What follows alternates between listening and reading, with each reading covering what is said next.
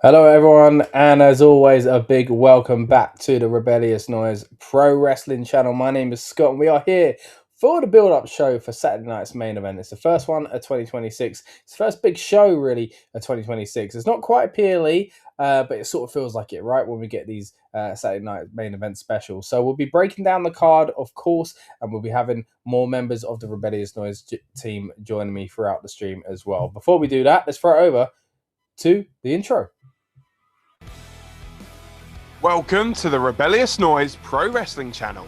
On this channel, we bring you some great content from inside and outside of the squared circle. We will go through and offer some in-depth analysis of the biggest events of the year, as well as bringing you exclusive interviews with some of the industry's biggest names. There will also be live show reviews, in-depth features, and podcasts. So make sure you give that subscribe button a slam so you don't miss any of the action. All right, once again, thank you so much for joining me on this Saturday night as we gear towards Saturday night's main event. And since we did our preview show last night, a fourth match has been added. Can you believe it? We are being spoiled, wrestling fans. But look, we're going to be breaking down each and every one of those matches, and we'll be talking last-minute rumors and things like that. Of course, reacting to some of the things to come out of SmackDown throughout this stream as well. But the idea, as always with these build-up shows, is to get us and you guys hyped up and in the mood for the big event. Again, tonight's one is Saturday night's main event, where we do have four quite fun matches and interesting ones to talk about. I think it's going to be a pretty good show, not just our show here to build up, but Saturday night's main event itself, I think, is hopefully going to shape up to be quite an interesting one. I've got quite a few people in the comments already. Always good to have you guys on board. Appreciate you joining us from the get-go. And if you are watching and tuning in for the first time, look, welcome to you as well. We appreciate you, and we'd love to hear what you have to think about WWE at the moment and what you think is going to happen at Saturday night's main event. We've got a comment here from our good friend Casper, who says, "Good evening, Scott. It's Casper back in the house again. I hope you're well. I'm fine. WWE is a bit underwhelming lately, but still watching the WWE shows. Good to have you on board, Casper, despite the fact that you seemingly aren't having the greatest time watching WWE at the moment. But hey, you're hanging in there and you're still joining us for streams, and we really do appreciate that. We've got a fun little community here on the Rebellious Noise Pro Wrestling channel. We always appreciate the guys that tune in. Yeah, I get what you mean. Some of the shows have been underwhelming, but I think there have been some pretty fun moments lately, and we're about to turn the corner, it feels, on the exciting road to WrestleMania. So hopefully that means there'll be a few more things kind of clawing your back, Casper. Also joining us, as always, is Sludge Sports. Says, "Good evening, Scott. I'm with Casper. I've been finding WWE a bit boring lately, but every time Rumble season comes along, I'm always watching. Got caught up to date with everything, though, and excited." That's exactly what I was saying just there, wasn't it, Sludge? I mean, look, it's Rumble season. We are about to get towards WrestleMania season. And, if now is not the time to tune back in, then I don't know when it is. So I appreciate what you're saying. Look, I've had spells over the years where I wasn't really into WWE or wrestling as a whole. And same, I'd always jump in for the big PLEs, and the Rumble was always going to be one that drew me back. So I get what you mean. Look, it's not the Rumble tonight, don't get me wrong, but of course we're very close to it, and we've got a card tonight that does have implications for the Royal Rumble. Casper says, "It's been a long time, but I do find the Saturday night's main event underwhelming booking-wise and not very inspiring. My picks are Cody, Roman or over for the Royal Rumble 2026. Yes, again, we're going to dive into Rumble predictions, probably this time next week, right, as we get very close to the Royal Rumble in Saudi Arabia. It's going to be an interesting one for so many points, but I like your picks there. I think they're pretty...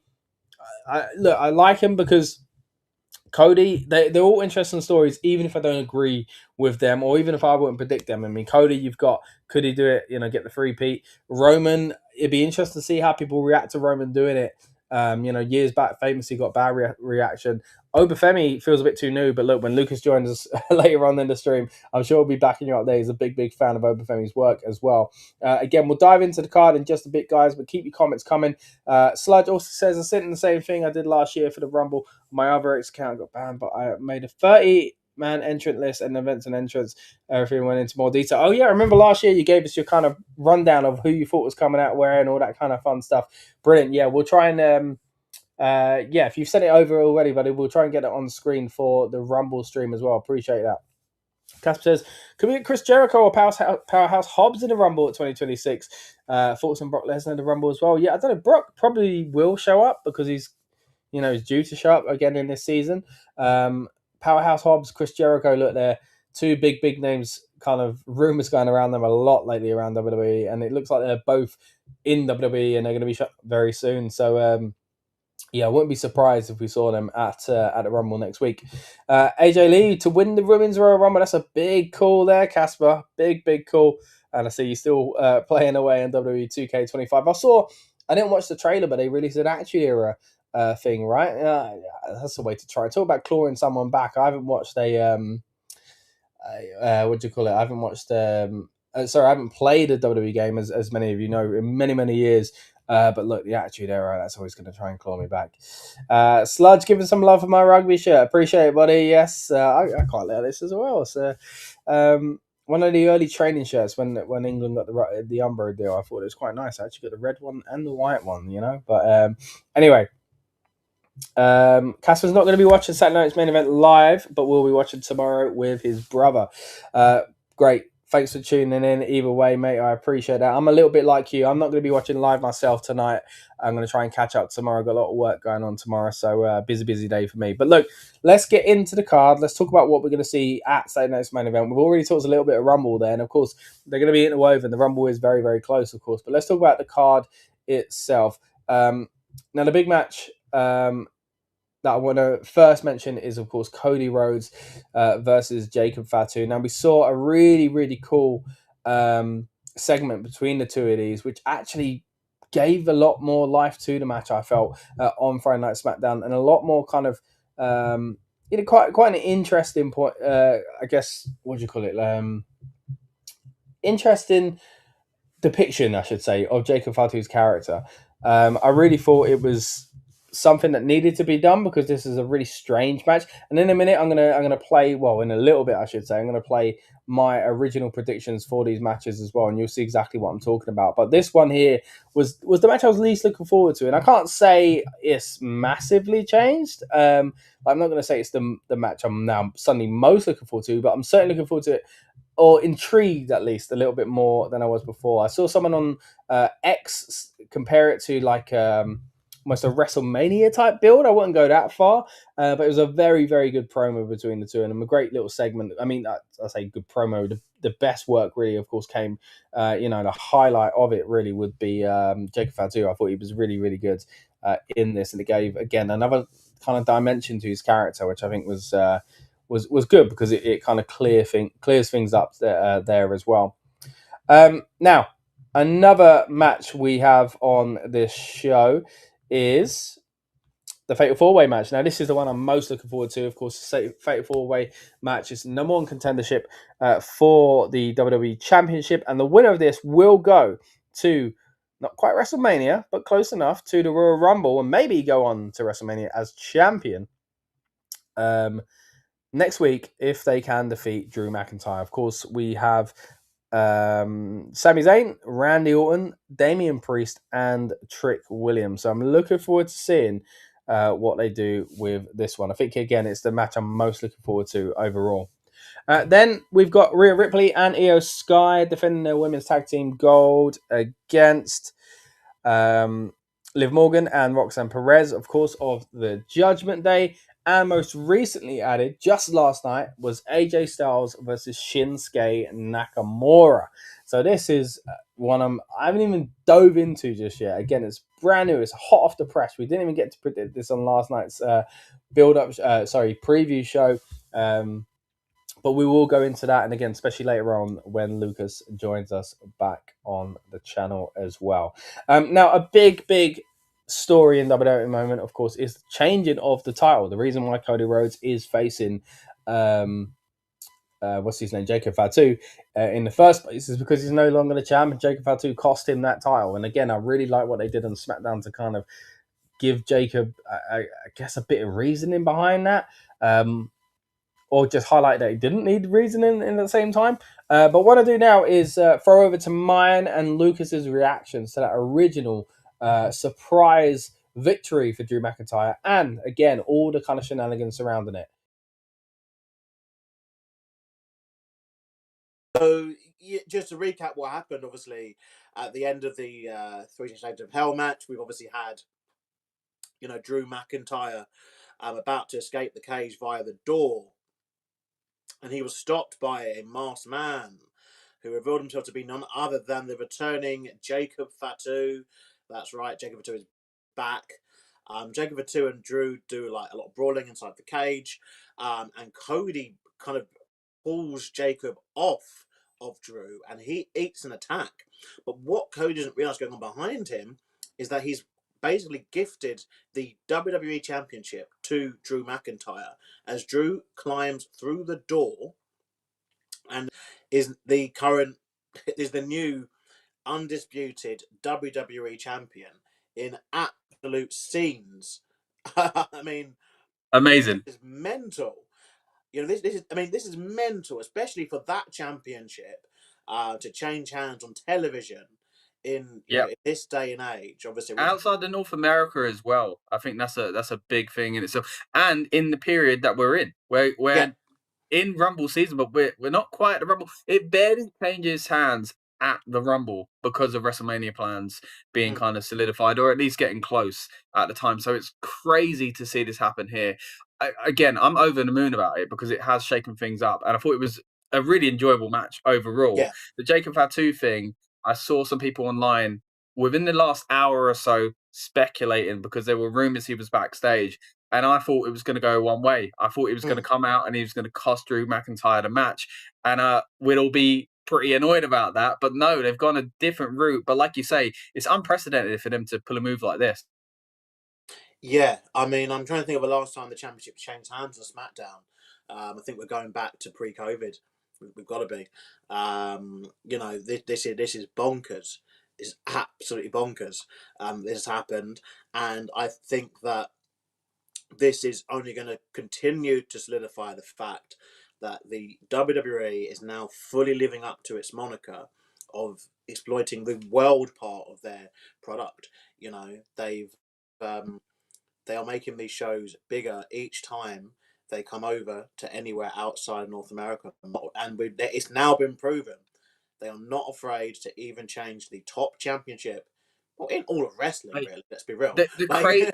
The crazy thing is, look, we know how VPNs are a big thing these days, right? But it's not aired in America yet. As of what we are doing right now, live on our Rebellious Noise Pro Wrestling channel, there are millions in the States who have no idea and are avoiding spoilers, trying their best to. This is news that will, no doubt, seep through and be ruined for some people. The fact that WWE have decided to do something like this on a show that, it's not taped as such because the rest of the world's getting it live, but, and again, a lot of Americans will watch it, I'm sure, by their own means.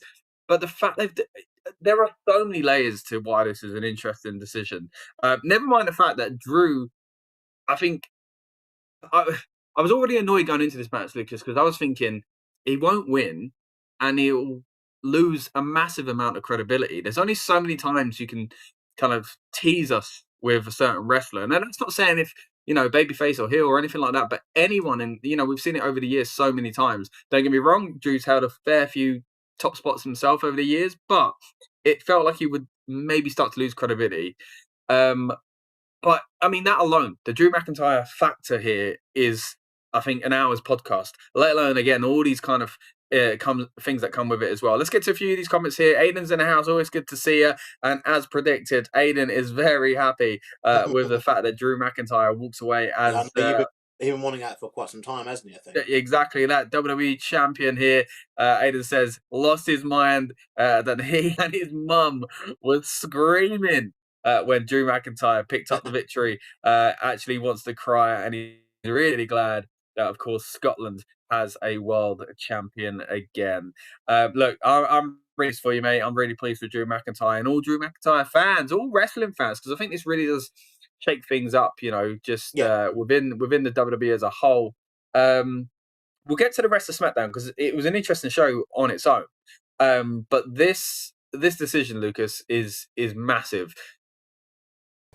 All right, so there you see it there. Mine and Lucas's instant reaction to that big news. Again, that Jacob Fatu had cost Cody Rhodes, the WWE Championship, and of course Drew McIntyre became champion. You saw there how excited we were, how excited some of the people in the comments were. Again, it really has shaken things up in the WWE. I want to know what you think about that and this title match. This number one contendership match, I should say, that tonight we'll see, and of course we'll lead into that as well. Let's get into some of these comments here. We've got from Slow saying, is the main event the Fatal 4-Way? I'd imagine so. I'd be really surprised if it wasn't. Yes, there is a tag team title match here, and there are two other interesting matches storyline-wise as well. But for me, it's the most important thing on the show. So I think it has to be in the main event. Casper says, shows I mean I'm hanging in there, but Raw is boring at the moment, but I do think Cody will win over Jacob Fatu. Good to see him back, Jacob Fatu back, but would love Randy Orton to win at Saturday night's main event, he says. The only thing that I think puts me off, he says, about Randy Orton winning tonight, but is because it's Sami Zayn's hometown, Montreal. Trick, don't think, and Sami Zayn's beating McIntyre at the Rumble. That's the thing. Does the winner of this match go on to win the title? Do they go into WrestleMania as champion? Casper, again, is also, just like us on this channel, it seems, glad that Drew McIntyre's WWE champion, says he deserves it as well. Appreciate your comments, buddy. Yeah, I got to say, really, really enjoyed Drew McIntyre winning the title. I think it's really shaken things up and gives us a lot more to be kind of excited about going into WrestleMania season. Look, again, what we're going to do now is we're going to throw it over to mine and Lucas, more of our reaction from that big moment there, and we'll break down again what it does mean for the WWE title picture as well. Again, we've touched on the initial shock and surprise or the fact that they pulled the trigger with Drew McIntyre, and again, we are both over the moon, it would seem, about that result and how it freshens things up. And as much as I love Cody, but just even that freshening things up for Cody. Again, we're very happy about the fact it's happened on a SmackDown. It's happened on a purely quality match on a SmackDown overseas, not even live in the States, unless you have your means to watch it live. So there are so many factors to this. Again, we've touched on many of those already, but one that I did want to mention again that came up from a comment there from brother BKL Sports Entertainment Show is the reemergence of Jacob Fatu. And I mentioned it at the top of the show, Lucas. There were rumors flying around that he was backstage. Many people were getting themselves ready for Drew being cost the title by Jacob. Now, Jacob comes in as Drew's about to come out the door. Looks cool, but I was dreading it as much as I like Jacob. I was thinking, no, don't cost Drew. And he doesn't. He actually inadvertently helps Drew become WWE champion, which I think plays into Drew's kind of slimy heel tactics as well. And it's because for some reason he gets a little hot-headed and also goes after Cody Rhodes. Now, I don't think it's because Cody's going to be the one that turns out to have attacked him, because we've got to remember that there was a feud, which is why it's weird. There was a feud between Drew and Jacob. Jacob obviously legitimately has to take some time out, so they basically have the old surprise. Who is it? Blah blah blah. We can make this a surprise in the future. This kind of looked like they don't really know what they want to do as far as the surprise goes. But on commentary, they played into it a little bit like it could have been Drew, but then they added into the confusion of going for Cody. Was the Cody thing just a means to the ends, and they wanted to just do two stories at once, bring him back, but also give Drew the title? And if that's the case, should they have separated these two incidents? I think obviously they needed a way for Cody to not lose cleanly, is what they would have felt in their books. Yeah. So this was it. I must touch upon a few things in the match, though, that were nice homages to things that have happened previously in Drew and Cody's feud, and maybe just Drew McIntyre's kind of character arc in general. So obviously, full one that ended with the low blow, which, as we know, that's been a big thing for Drew McIntyre over the past kind of few feuds he's had. So the low blow and the Claymore kick. Full two was full anywhere, and we saw the nice homage to Jimmy Snuka with the splash off the kind of barrier area, fan area, whatever you want to call it. Yeah. And then we also had finally match the full three, even though yes, Jacob Fatu was involved in this. The actual finish was Drew McIntyre went through the door. And if you recall, the reason why apparently a certain Jesse Ventura is not on commentary anymore is because he called Damian Priest a coward for going out of the door. Worked in their favour, man. They got a heel to do it. Yeah, it makes sense. This perfectly makes sense. I kind of just wish that the third fall was escape the cage only. I think that would have made a much more kind of exciting kind of match for that third fall. I always felt that the pins and submissions in the steel cage match just slow it down and just make the cage not mean enough. I think in the old days, something the cage match was good for was the cage honestly felt like the third man in the ring. It felt like it was really important. But now, when you get the pins and submissions, it feels a bit like the cage is like secondary. But that's why I was happy the finish was an escape from the cage, because it obviously already had a pinfall in the fall 1, had a pinfall in fall 2, albeit outside the ring, which is great. But fall 3, I think it should have been, and it was obviously ends up being obviously an escape through the door. So escaping the cage, I think it's such a good visual as well, like escaping the cage. It's such a good visual. But yeah, like, Jacob are 2. Like, I think this is an interesting one because it felt very much like they had always kind of thought it was Drew, but I think we're conditioned to always expect a swerve. But remember, they had done this previously with the women, hadn't they? Obviously, a year prior with the whole Naomi, Jade Cargill, Bianca Belair stuff, which again still is unfinished, really, because Naomi's obviously gone off on maternity leave. Bianca's still injured.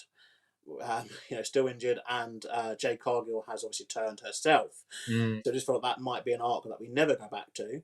But yeah, that did already happen when they did the whole swerve of people thinking of Bianca and it was Naomi, and vice versa, whatever. So I think this might be a bit more straightforward. Of it was Drew. Drew would admit that it was him, and I guess he can tell the story arc of like, oh, I wanted that title to myself, kind of thing. It took me longer to get it, and you really helped me to get it.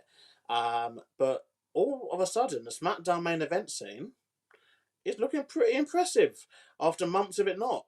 Yeah. I mean, it just shows you what a little bit of twisting and turning can do, right? Freshen things up, because again, we got this tournament with 8 people, Then it's going to go to Saturday night's main event. Then it's going to take us to the Rumble. We're in WrestleMania season, and on top of that, you got the guy that's just lost the title, the guy that's just won the title, and the guy that's just returned, who had a rocket strapped to him just before he got injured anyway in Jacob Fatu. So, yeah, like you say, a really interesting time to be watching SmackDown, which is a great thing to be saying.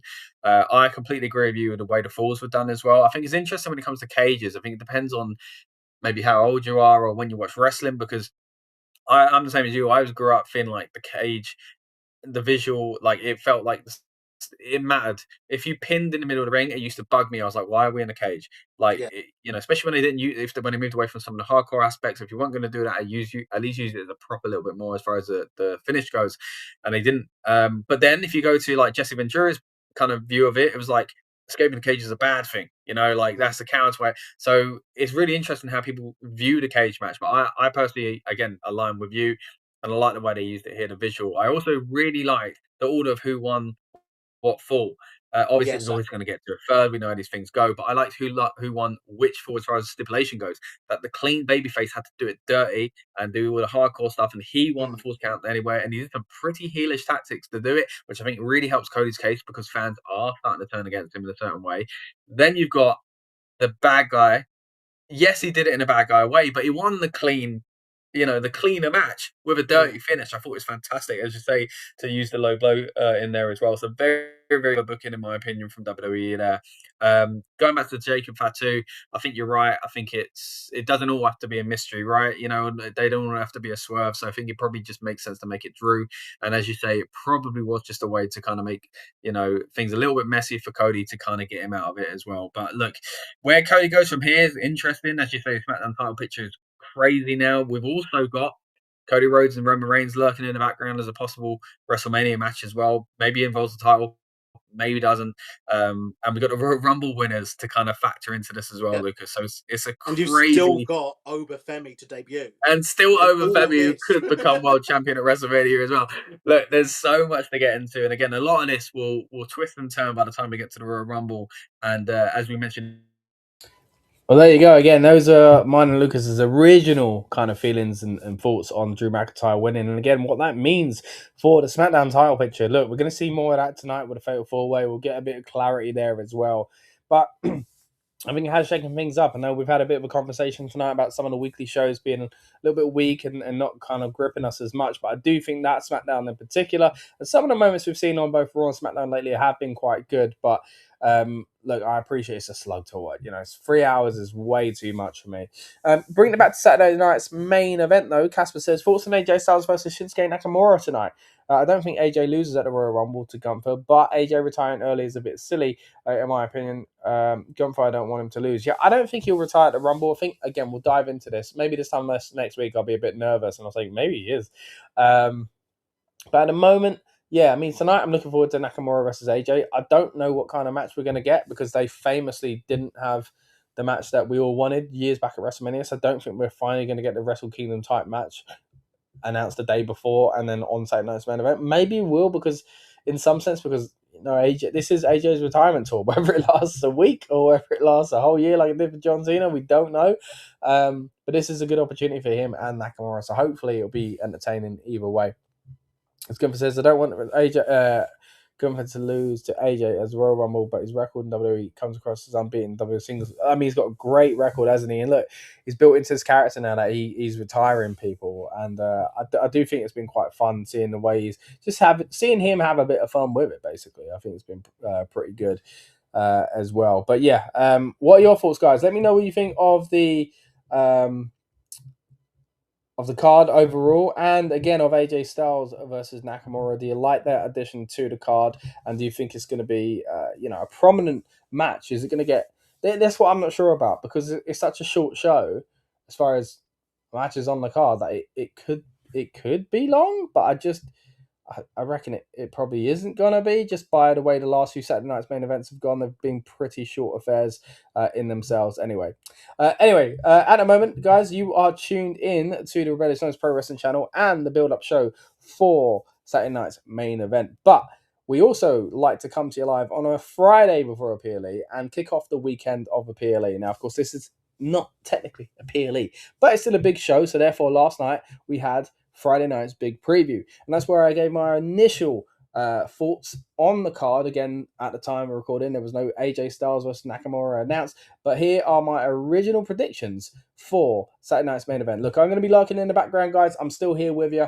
I'll be commenting along, checking my favorite comments, bringing them back up on screen when I go back live again in about half an hour's time, where I will also be joined by Lucas from the Rebellious Noise Pro Wrestling team. So we'll be kind of going through all your comments there as well. So keep them coming. Let me quickly get to some of these before we do show the replay of last night's stream. Card overall is fine. Only 2 matches I'm excited for: the Fatal 4-Way and a Women's Tag match. I agree with you, Sludge. Nakamura will probably end up winning with AJ winning or Gunther screwing him. That's a great point. We could see Gunther getting involved here to really kind of like fire underneath AJ. Jacob and Cody don't care at all. Look, you'll see again my original thoughts on this. I wasn't the biggest I wasn't really excited about this last night. Again, I've been a little bit won over by what we saw on SmackDown, but again, let's have a look at my original thoughts. And I'll be lurking in the background, guys. Keep your comments coming, and I'll be back live with you very, very soon.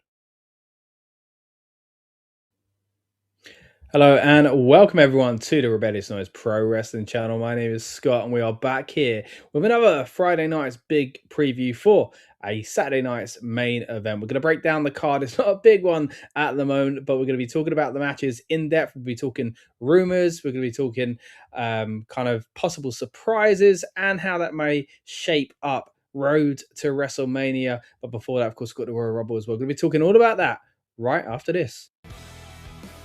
Welcome to the Rebellious Noise Pro Wrestling channel. On this channel, we bring you some great content from inside and outside of the squared circle. We will go through and offer some in-depth analysis of the biggest events of the year, as well as bringing you exclusive interviews with some of the industry's biggest names. There will also be live show reviews, in-depth features, and podcasts. So make sure you give that subscribe button a slam so you don't miss any of the action.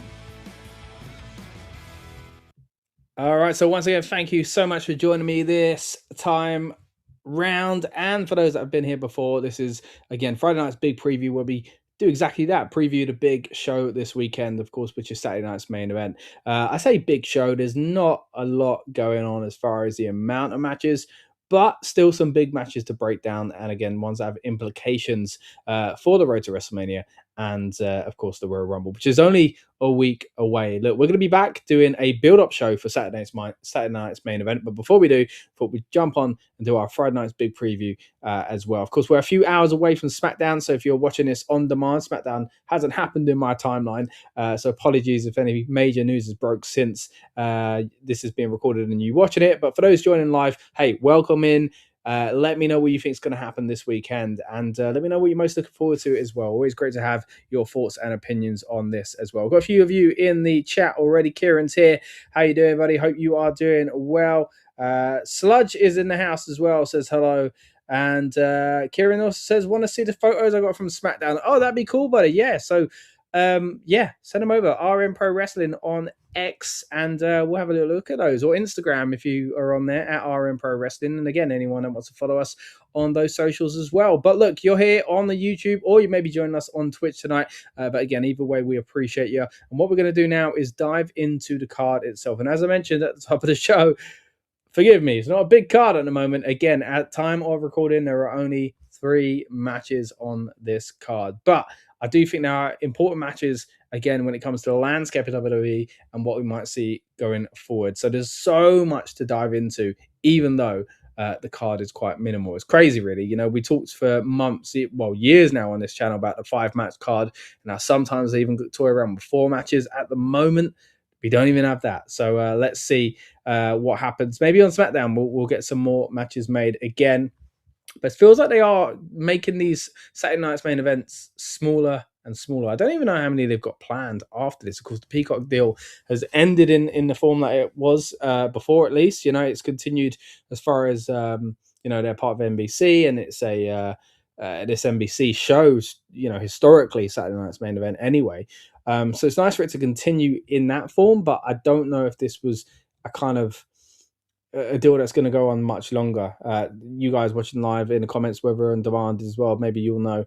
Let me know. But look, we've got a Saturday night's main event to sink our teeth into in January of 2026 at least. And again, it's a bit weird, right? It's a week away from the Royal Rumble. Remember, they did this last year on quite a few occasions. I think they did it before the Rumble, I believe just before Survivor Series as well. There might have been another one. I mean, I know there were a few in 2025, but there might have been another one before Big PLE last year as well. But yeah, I'm not sure how I feel about it, because sometimes I feel like it's a nice stepping stone for the Big PLE. But at the same time, I also feel like it gets in the way. I mean, I don't know if you guys agree, but it feels like in some ways we're not really in Rumble season, which, look, don't get me wrong, means Saturday night's main event gets focus as well. It doesn't get forgotten. It's not just an afterthought, but at the same time, does it damage the Royal Rumble, or does it help the Royal Rumble? I mean, we've got a big match on this card that is gonna certainly lead into the Royal Rumble, which again will therefore lead into what happens at WrestleMania. So the road to WrestleMania in some ways kind of starts with Saturday night's main event. So again, it's really hard to know what WWE see these events as these days.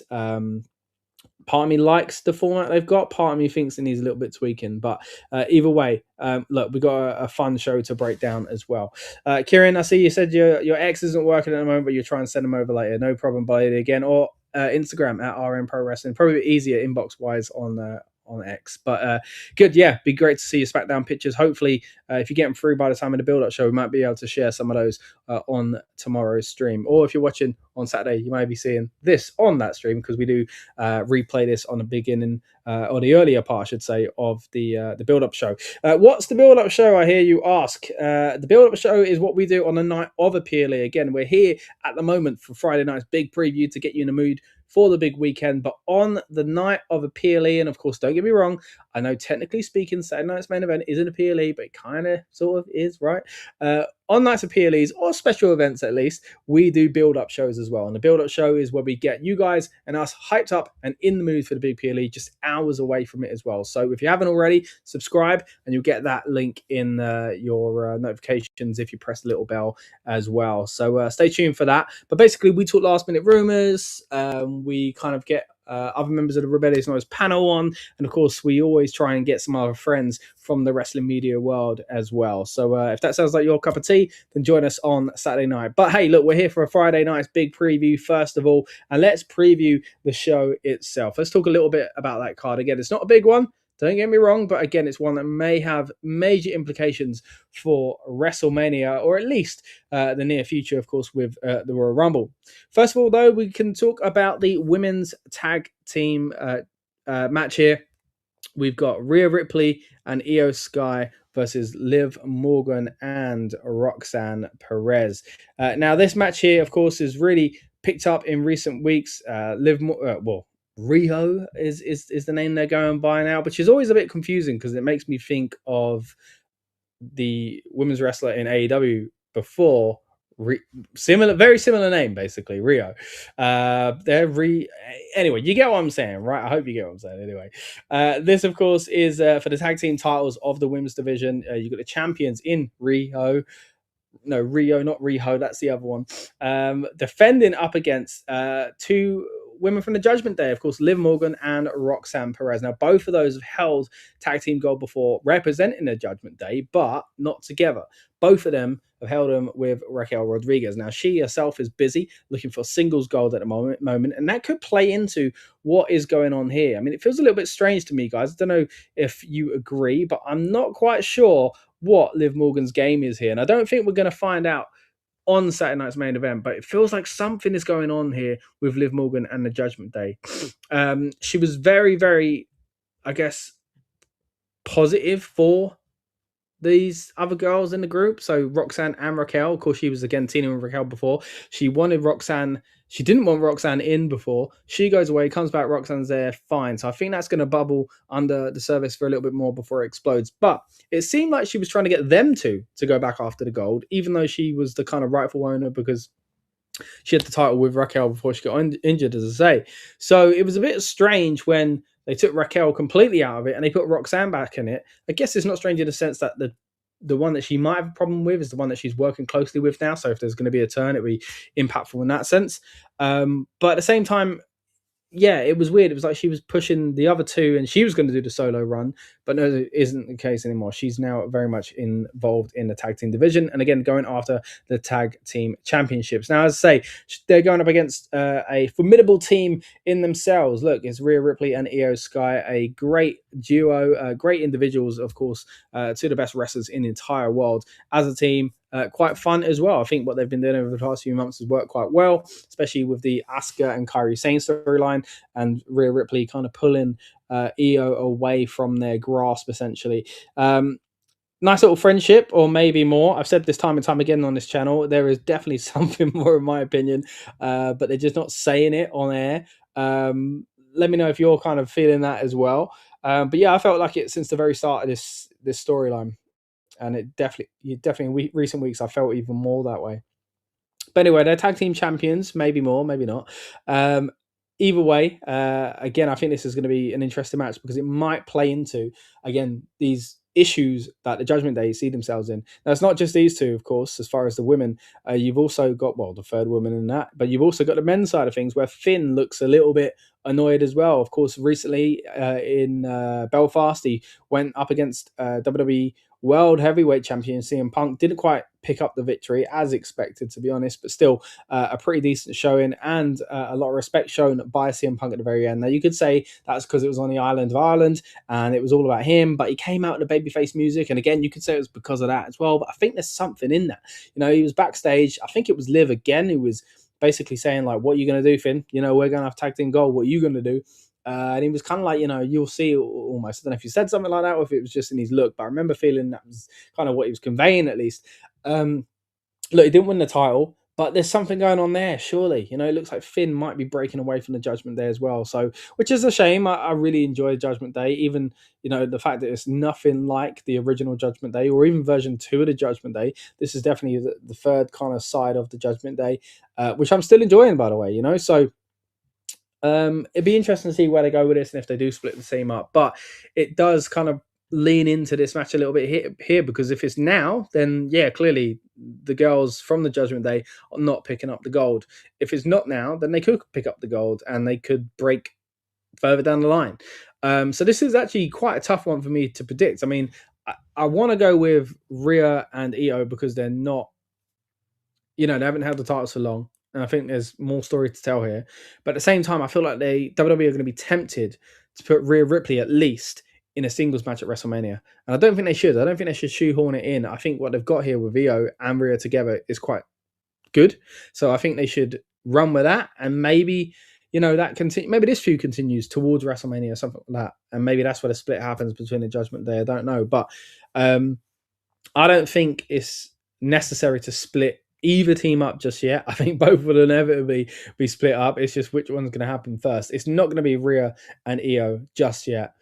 Maybe one turns on the other and they face each other at WrestleMania, which would be, again, a shame. It would be more if Rhea turned a heel. I was thinking recently, Rhea being a heel is kind of missed. As much as I like her babyface work, I thought, was she due a heel turn? Let me know what you think, guys. Do you think Rhea Ripley should be turning heel? But again, I like what they're doing together. So, but her turning on Io if Io wasn't a top star already, the way they're presented in the past few years, I think she really has kind of climbed up the ranks, and they're really, really positive. On the commentary, Michael Cole constantly says how she's one of the best wrestlers in the world. It doesn't matter if she's a woman. We're not talking in the women's, kind of division. We're talking just wrestler, full stop. So they're really, really pushing Io Sky in that sense. Rhea Ripley's a massive star for them already anyway. So yeah, Rhea turning on Io would be massive, but there's a lot of money in Rhea, and that's what I think a lot of times it comes down to when it comes to baby faces. Do you really want to give that up as well? Look, we've dove all over the place, and we've gone a little bit further in the future with booking and heel turns and stuff like that. Let's bring it back to the match at hand itself. So again, Rhea Ripley, Io Sky Tag Team Champions, defending against Liv Morgan and Roxanne Perez. I don't actually think we're going to get a title change here. Look, there's going to be something happening in what I assume is the main event, the Fatal 4-Way, which is not for a title, but I was going to say as good as, but next best thing, if you will, within the division at least, of that number one contendership, going towards the Royal Rumble. So that'll be a big moment and probably a feel-good moment as well. I haven't even thought about these predictions as I start blabbering here, actually. So I might get caught out on that one as well. But I'm going to say because of that, there's not going to be a title change here. So for me, the Judgment Day ladies are going to come away from this sore. But will they be sore losers? I don't know. And will Liv Morgan be frustrated and she turns on Roxanne? I mean, she'd kind of have to be turning babyface, right? If she's turning against the Judgment Day. And I don't feel like that's the case. They kind of toyed around with that when she jumped into Cena's arms and slapped Dominic Mysterio, but that was all a ruse. So to kind of give up on that already feels a bit quick. So yeah, I don't see that happening just yet anyway. But I do think that's probably where they're going to go with it eventually. But as I say, when it comes to Saturday night's main event, when it comes to the women's tag team titles, I think Rhea Ripley and Io Sky will probably retain. Look, the women's tag team division is one that's constantly been, one that gets thrown together stars, like not actual tag teams.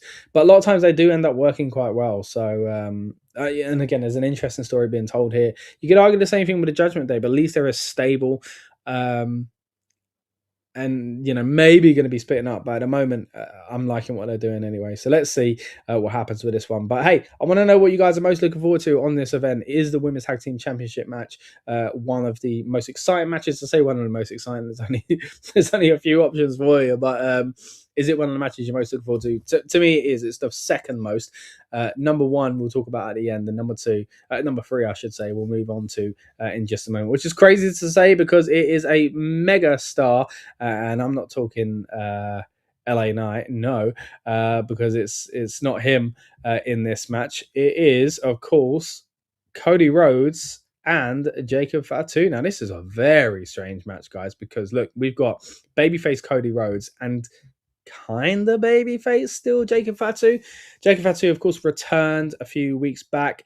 Inadvertently, it would seem at least, cost Cody Rhodes the title, but then he's got that kind of character where he's just like, I don't care, like I'm here for my business, don't really care that got in the way, whatever, we clashed, it is what it is. If you haven't already, check out mine and Lucas's instant reaction to that very moment on this channel, where of course Jacob Fatu, as I say, cost Cody Rhodes the title, and as a result, Drew McIntyre, as you can see, gets away with championship gold in Europe. And we'll be touching more on that, of course, as we get throughout the next few weeks as we head to Royal Rumble, Chamber, and then WrestleMania. It's a big few months for Drew. Will he still be involved come Mania? We'll have to see. A lot of contradictory reports and rumors going around at the moment, so we'll have to see where we go there. But look, Cody Rhodes isn't involved in that just yet.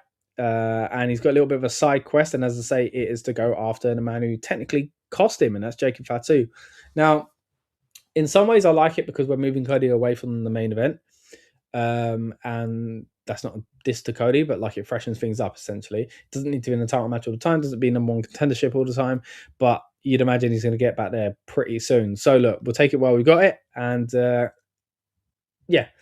The thing that's a little bit weird about it is, as I say, Jacob Fatu, he left as a massive babyface. They'd only just turned him babyface. Naturally, it turned. And now you've got this awkward situation where he's come back and he's cost the biggest babyface. Again, his character plays into that, where he's kind of just for himself, and a little bit of a Steve Austin type character where you can be a bit of a tweener. He's not going to come out, shaking hands, kissing babies, but he could be a good guy in his own right. But that will mean he's still got his flaws and he's still got his kind of temper and stuff like that. And that's what they've kind of played into here. And we've seen that in the past, two babyfaces not get along. But I think there is a risk here with Jacob Fatu because he'd spent not that long as a babyface. Like I say, he naturally turned, in my opinion. But I guess if you were to officially put him in the babyface column, as they sometimes do, it seems as right as backstage, I don't think he would have been in it for long. And now I think he's at risk of slipping straight back out of it because he's going after the babyface hero that is Cody Rhodes. Now, the thing about Cody Rhodes is people were starting to turn and get a bit sick of him. But I think there's a lot of appreciation. If he's in the right feud and the right story, I think he still is over with everyone, essentially. But if he had beat Drew a few weeks back, then that would have been a bit problematic for me. Didn't happen. Again, go back and watch my original reaction to that to see how overjoyed I was for many reasons, because it shakes things up for the title picture going into WrestleMania. But as I say, Cody is not in that. Jacob Fatu, you'd imagine, would want to be in that because of Drew as well. So there's a lot of kind of, stuff up in the air, essentially. But at the moment, they're both away from it. And what we've got is a one-on-one. It's kind of tough to pick who would win it, because if you go for Cody Rhodes, then Cody Rhodes loses the title. Then he loses to Jacob Fatu, the guy that I guess accidentally in some way still cost him the title. And then he goes into the Royal Rumble. Look, Royal Rumble chat we'll dive into. I want to talk to the rest of the panel from Rebellious Noise and, of course, some of our friends in the wrestling media world who are no doubt going to join us on that great stream as well, the build-up stream for the Royal Rumble. But there is a feeling that Cody Rhodes could become a triple-time winner, 3 in a row, and do a three-peat. Look, again, we'll dive into that on Rumble preview stuff, but it kind of is relevant here because is that what we're seeing? Him losing a big match, him losing again, and then he has to do something big at the Rumble. Or you could do the same story, really. He loses, and then he loses, and then he loses at the Rumble, which I think is probably more likely. I hope, anyway. So if they're going to tell that story of him not quite like he's really confident he's going to do it again, and he doesn't do it again, he has to find another way to get into a big match at WrestleMania, then I think that's an interesting story to tell. We've had similar before. Remember when Undertaker refused Shawn Michaels' rematch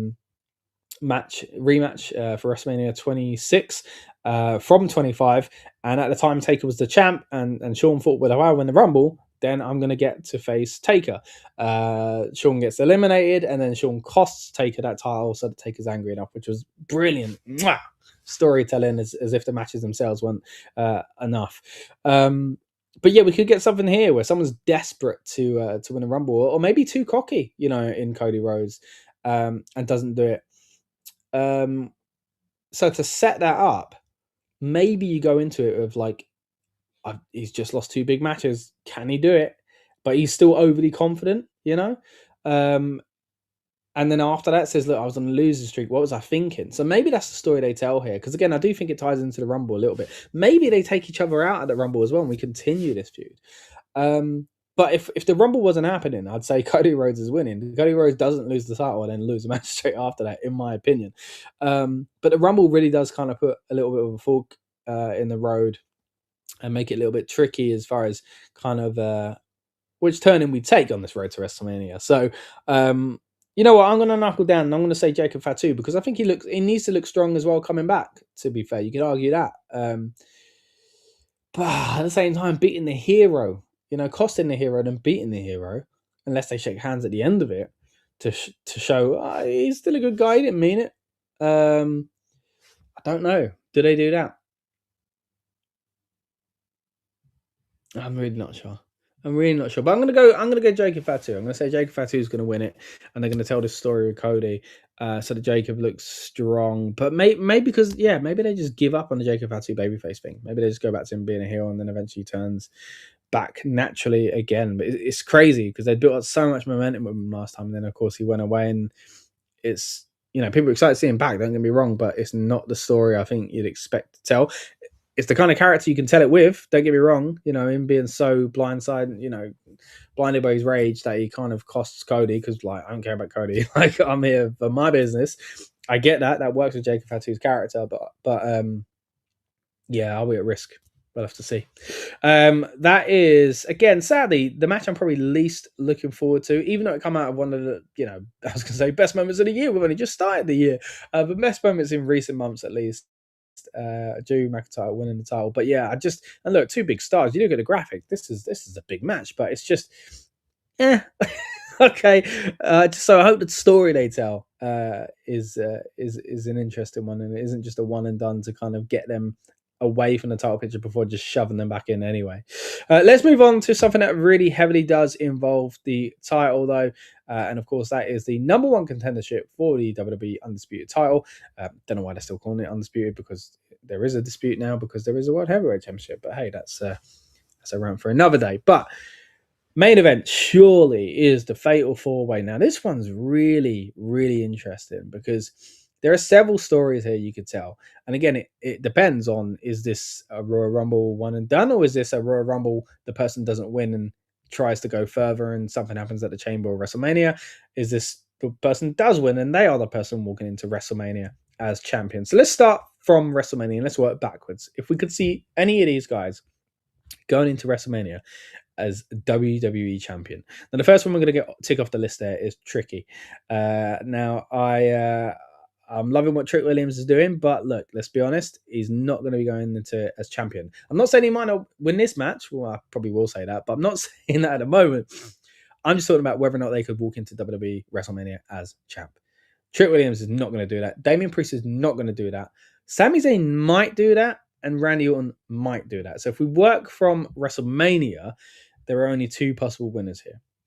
But if we go into, all right, well, they win at Rumble, but they don't go into WrestleMania as champion. So they become champ, but they don't go in WrestleMania as champ. Who do we say is out then? I'd go with the same. Damian Priest, I don't see him winning the title. Trick Williams, don't see winning the title. Maybe Randy, maybe Sami. And now let's work even further back and let's just say, look, who's going to win this match if it just is a title shot at Royal Rumble and that person does not win and does not go into WrestleMania as champion? Could I see that being Trick Williams having a one and done? Maybe, but it seems a bit of a wasted story. Could it be Damian Priest? Again, maybe even more likely because he's been there and done it in some sense because he's held the World Heavyweight Championship. But again, I think it's clouding the busy period where they don't need kind of clouding. Now, Randy Orton's interesting because he's Randy Orton. He's a massive star.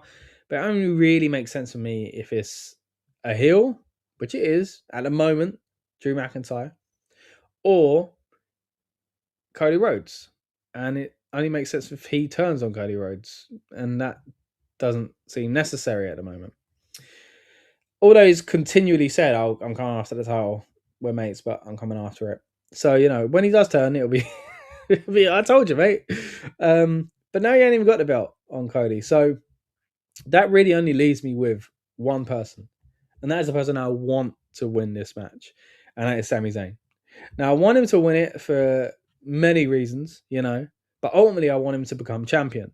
Now, I'm just going to go with fantasy booking and what I want to see, first of all. But I want him to,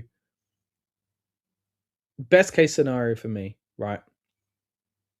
Actually, best case scenario for me originally would have been he won the Rumble in Saudi Arabia and then he went on to WrestleMania and he won the title against a big bad heel. Now, Drew, for me, is that big bad heel and they got great history, great chemistry together as well. So we could check that one off. But will Drew be going in as champion? I really don't know. So he's not in the Royal Rumble. No, sorry. Yeah, he won't be in the Royal Rumble if he wins this match. So in some ways, I think if he loses and wins the Rumble instead, that gives him another opportunities, another story to tell.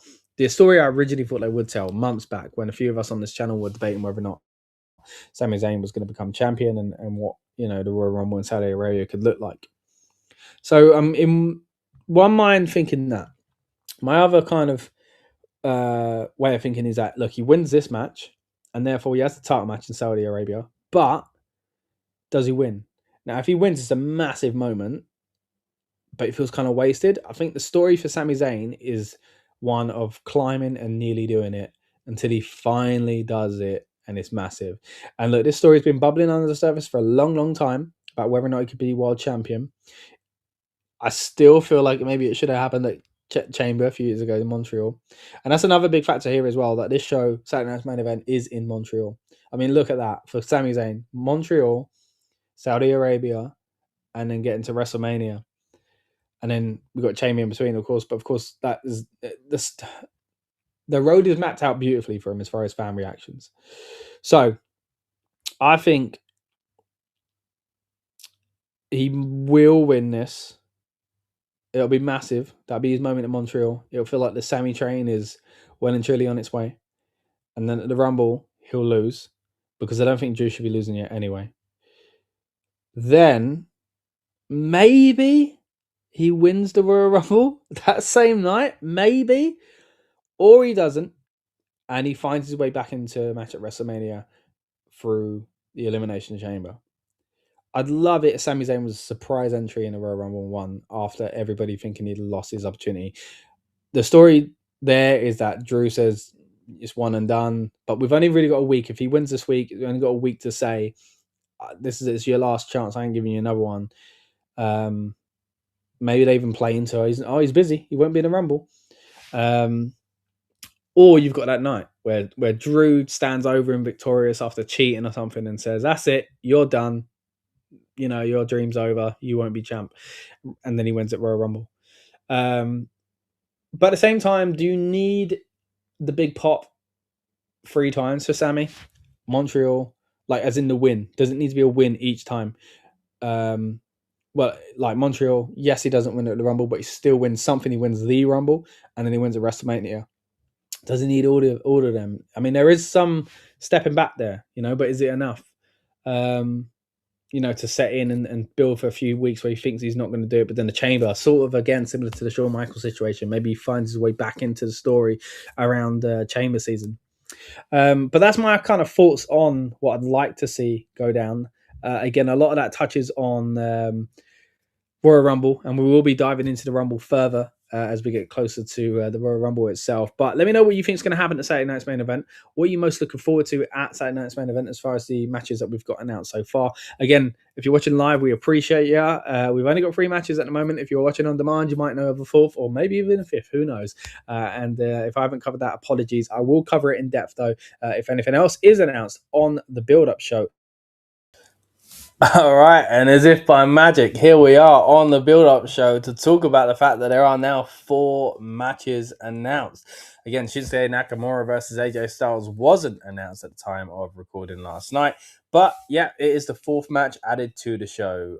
My name is Scott. This is the Rebellious Noise Pro Wrestling channel. You've been watching Friday night's big preview, a replay of that stream that we did last night, which we tend to do before all Saturday night's main events where we can, or if it's a PLE, we'll do a weekend kickoff show. And then on the night of a PLE or a special event like this one, we have the build-up show. And that's what we're going to do now. We always like to talk about last-minute rumors, get you guys hyped up and in the mood for the big show, as well as getting ourselves in the mood as well. I'll have Lucas to help me do that very, very soon. He'll be joining me, of course, another member of the Rebellious Noise Pro Wrestling team. And build-up shows are always fun. There's, again, last-minute rumors flying around, and you guys join and let us know what you think is going to happen, and it's a really exciting time. So, again, if you're new here, thank you so much for tuning in. If you've been here a few times before, you know the drill. We appreciate you as well. But, again, you're watching the build-up show from the Rebellious Noise Pro Wrestling channel. But it's all about Saturday night's main event. Let's talk about the card in depth. And I'm going to do that again with none other than Mr. Lucas Jackson in just a moment as well. So keep your comments coming. Let us know what you think is going to happen on Saturday night's main event and what match you're most looking forward to. But let's bring in Lucas. How are you doing, mate? I'm very well, thanks, guys. Obviously, we're a couple of hours out from the show, aren't we? Quite interestingly, I don't think there's a pre-show, but WWE are showing a marathon of the best Rumble matches. But caveat that they're actually showing matches from the Rumble, like not just the Rumble matches. They're I showing was like so confused. Yeah, the other day I put on. So they've always, depending on what show's on, they've always got these live streams, right? And me and my wife usually have a little bit of a game, right? If we're scrolling through YouTube and there's something on, I'll say which wrestler's on screen, right? So like, let's say it's WCW matches or something like that. One of us might go Sting, the other one says DDP, and we go, it was Hogan. We both go wrong, you know. So with this, I was trying to be tactical with it. I was like, Jericho's been in a lot of Rumbles, but if I had to pick a year, I think I might have picked 2013 or something like that. And then she picked one as well. Then we turned it on. It was a one-on-one match. I was like, what the heck? I mean, it's interesting though, because I think it is important to spotlight the non-Rumble matches, because let's be real, we talk about the Rumble, and again, that'll be more next week's discussion anyway. You would talk obviously mostly about the Rumble matches. It always happens. I think we've done streams on here in the last few years, and I think it is pretty much over half the chat will be about just the Rumble matches. Yeah, true. Who's winning them. And then obviously, the undercard often obviously features World Championship matches, featured like some great tag team action in the past. And we've seen some big stipulation matches as well, do you know what I mean? Like at the moment they're showing the, was it a street fight or no holds barred? I think it was a street fight between Triple H and, Mankind, at Rumble 2000. In a very, very hot MSG. Cactus Jack, you mean? Cactus Jack. Don't forget. One of my favourite Rumble matches of all time. Again, weird to say because it sounds like I'm talking about the Rumble itself. But yeah, you're right. It's important to highlight these big matches on Rumble shows. I think it's just the wording of that stream is just even the thumbnail is a little bit kind of the way it's.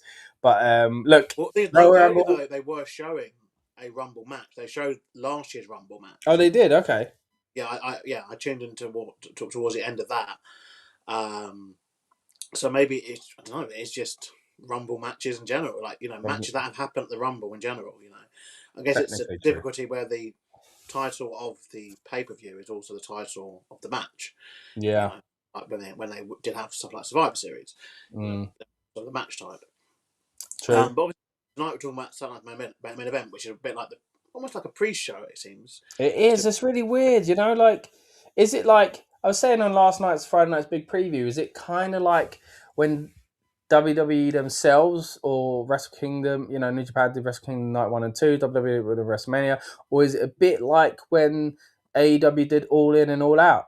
It feels that's more like it because they're a week apart. So I think they're obviously two different crowds, So I think that's what stops it being like the first example. Yeah, when it had 2 nights and any other 2-night event, like WrestleMania, it's the same crowd. And it's it's the same kind of thing, but I think with this it's 2 different crowds, 2 different locations, 2 different weeks. So it's a whole kind of different bits and pieces. But something that they're doing, I think they're doing quite interestingly, is obviously I'm assuming the main event tonight obviously is the Fatal 4-Way match, and that will have a Rumble implication. Well, many Rumble implications you could argue, because whoever wins that match will go on to fight Drew for the championship at the Rumble show, and the other 3 people you have to imagine will be wanting to enter the Rumble match. Go into the Rumble, yeah. So we could be seeing obviously, I think at least a few additions to the men's Rumble match. I don't know about you. I guess I know you've been out. Obviously, your new life obviously has led you to probably not get much time to catch up on this, but they only really started promoting the Rumble itself, it felt like, this past kind of week. Very, very late. Very, very late. Usually, you get a couple of people, even declaring themselves in like December, start of January, early. This year, it's just been pretty much all 1 week. It's strange because, I guess you could argue the Rumble sells itself, right? And I was saying the same thing on last night's stream, but then I thought, well, like you said, the number 1 contendership does nicely lean into the Royal Rumble next week. It's a bit it's not a lot of time to build it, but it's a bit better than when Wrestle Kingdom did do the night 1 winner goes into night 2. I'm not 100%. Sometimes that works, sometimes it doesn't. So a week gives a bit of breathing space at least.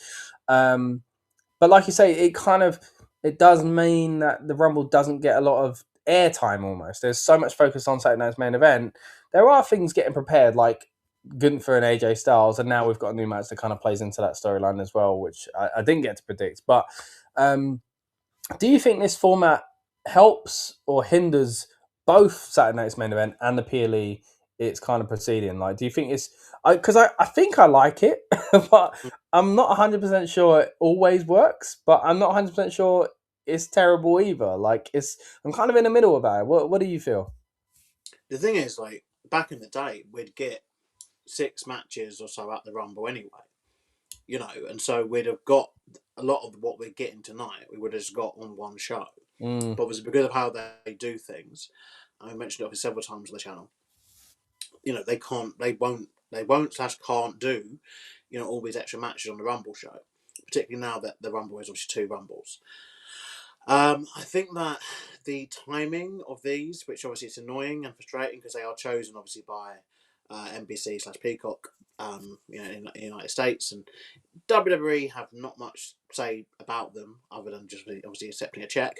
But yeah, the timing of these sometimes isn't the best. I think having just a 1 week gap, when you're trying to tell a story leading into a pay-per-view like such as the Rumble is a bit difficult, having these here. But I think it's also been good to spotlight certain things that most likely in this climate sadly just wouldn't get on a PLE. Like obviously last month was kind of an exception anyway because that was John Cena's kind of thing, and we had obviously NXT and TNA as part of it. But even without that, there's lots of matches you can say that we've had over the past year or so that wouldn't make it onto a PLE. Yeah, I think this example would probably be the women's tag titles. I mean, that will not be featured. Those titles will not be featured on the Rumble. I mean, as you say, we've talked at length about how these cards are small these days, especially the ones that are, PLEs that are named after match types. The Rumble, the Chamber, Survivor Series, they tend to be 4 match, or Money in the Bank, 4 match cards, let alone 5. So yeah, there's definitely no room, not in my opinion, but the way they book, at least for the women's tag team title. So like you say, to give them this spot, it's kind of like they get a better opportunity, because this one's their show in a way, But it does kind of suck for people who, I guess, it's always that old school wrestling mentality, I guess. When you go back to obviously when we grew up watching it first, obviously I'm currently watching on the stream, Cactus Jack, sorry, Come on. and Triple H. But when we went through this era, it felt like everything all the biggest stuff happened on a pay per view. We were conditioned to, the weeklies built up to a big blow off pay per view, and nowadays it's very much like the weeklies might just build up to a big blow off just on TV. on the other weeklies, or on that night's main event, or in sending you down to AAA or to TNA to do something. And it feels a bit, I don't know, sometimes it feels a bit like some people get robbed of those moments, that could have worked better on a PLE. I know they've spoken at length obviously of saving things, for television, deliberately holding stories off, and something obviously which Unreal touched upon, and kind of a lot of things coming out of that. What we're seeing is that they are holding so many stories basically, and to do them later down the line, and we saw it most recently obviously with stuff like the Damian Priest Aleister Black feud, which didn't touch a PLE at all, but went on still for about 8 months. Yeah. Which back in the day that would have been a program that would have started and probably culminated within a couple of months of TV. Most of the matches being on PLEs. I mean, there's pros and cons to it because we've said a few times it does make the weeklies more interesting. There are stories that are kind of exclusive to that, but then after a while, if they don't shake it up enough, they feel like they're not as special because they're always just on the weekly shows as well. One thing I do want to mention as well, just to get to some of these comments coming in. Casper is speculating whether or not we got Julia and Kiana James maybe going into the Rhea and Io. I'll get there eventually. Kind of title picture. Again, we'll get to our predictions for the match itself, but yeah, there is a possibility of them kind of getting involved. I did reply to this while the stream was playing from last night, but yeah, I do wonder if the US title might kind of muddy the waters there with that one. A lot of talk here in the comments as well from Casper about not really feeling too into Triple H's creative at the moment, and I was saying, look, WrestleMania season is the time where he's got to turn it on. I mean, I'm not here to be a kind of put a downer on things, but there's definitely been a lot more kind of negative chat over the last few months and kind of aim on Triple H, which I think he's the easy target, don't get me wrong, in some ways, because it's just, but at the end of, the buck stops with him. So yeah, the next few months I think will be an interesting one for Triple H and for creative overall. Let's get to a few more of these kind of more recent comments on here as well. Good stuff here as well about great comments from Casper about the Maxine versus Maxine Dupree and Natalia storyline. One that felt like it was coming for quite some time. I'm glad we finally got there. I'm liking what they've been doing with Maxine Dupree. And of course, Becky Lynch, now the champion again, which I know Casper's going to be very happy about, being a Becky Lynch fan. Also wants to say hello to you, Lucas, and hopes you're okay. I'm very well, thank you. Nice to see you as always. And Sludge Sports is back with us as well. Says, I think Sami wins at my 30 entrance. I have Trick and Randy, but for some reason I don't have Priest. Yeah, Sludge is going to send us his predictions for the entire rundown, Lucas, of 30 men like he did last year as well. So we'll see that. We'll get through those. Yeah, lots more Rumble chat. I know we've spoken about the Rumble a little bit. Yeah, we'll definitely pick up on those next week. I'll say something on Casper's comment he made about the Natalia Becky Lynch thing. That's a good example. Natalia and Maxine Dupree, sorry. That's one example, probably of a few that's not going to make it to a pit, but will most likely be utilised on television. Over the coming weeks, and to maybe even further a storyline or something into the Women's Rumble match. Because again, there's not been really much talk about the Women's Rumble this year. No, and well, again, we have to get to this probably next week. But it's very interesting the lack of kind of direction that match has taken, particularly when the women's tag belts in particular have been built up quite well. I think the last few months, the women's tag belts have been quite a good attraction. For them, and obviously they've done something which I'm in shock of. They've already got new number one contenders for whoever obviously wins the match tonight. They haven't said when that match will take place, but one would imagine it might even be next week on SmackDown, or the week after on SmackDown. But what we know is it won't be the Rumble. I'm sorry. But what we do know is it won't be at the Rumble. Yeah, probably not at the Rumble. Though I still would bet on it being defended above Jade Cargill defending her championship anytime soon. Wow. Yeah. I mean, someone put up she's wrestled 7 minutes and 20 seconds in total since winning that championship. God. I mean, again, I must say, it's not her fault. Obviously, she's not. I don't know, for all I know. But it's not her fault. Obviously, she is dealing with the creative situation there, and that's what they've got for her, or what they haven't got for her. It seems. What they have, yeah. As she had a 7-week hiatus from wrestling on television after she won the championship.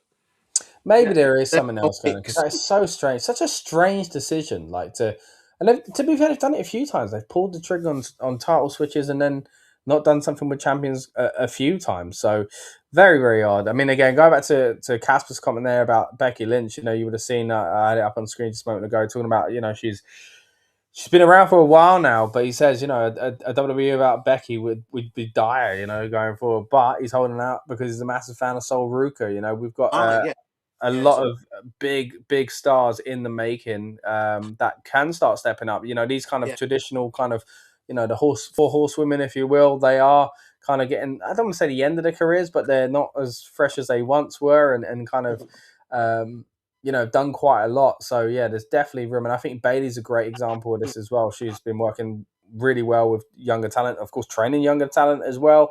So yeah, Sol Ruka, when you got names like that, I think it's looking really good, isn't it, Lucas?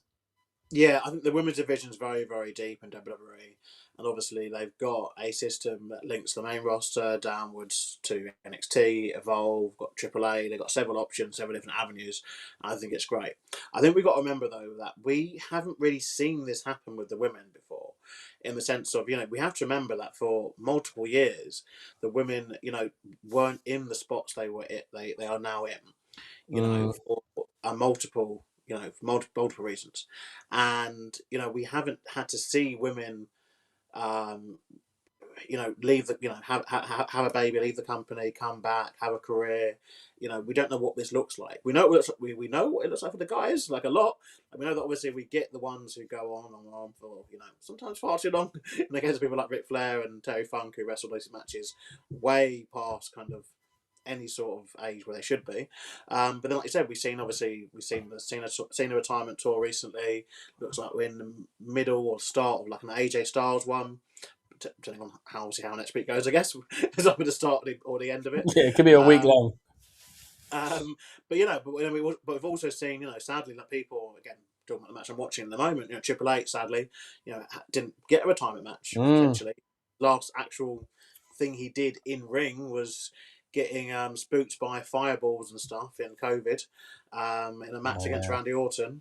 I think before that, I think he had a match in Saudi Arabia, which obviously I think he'd probably rather forget the tag team match. We all know, but we've seen what it looks like for the guys, but for the women, we don't know what it looks like. Does someone like Becky go, oh, I've had a kid and I want to raise the kid, so I'm gonna leave. I'm maybe like wrap up my career earlier so I can obviously raise the kid, or does she go? The guys do it. Like the guys literally pop out kids and wrestle into their 40s and 50s. Do I? We haven't seen this before. Like, It's unprecedented. You're right. Because I mean, the only real person we've seen ever do it, really, to the extent of thing, was Fabulous Moolah. Like Moolah had a career for multiple years. May Young stuck around for a while as well.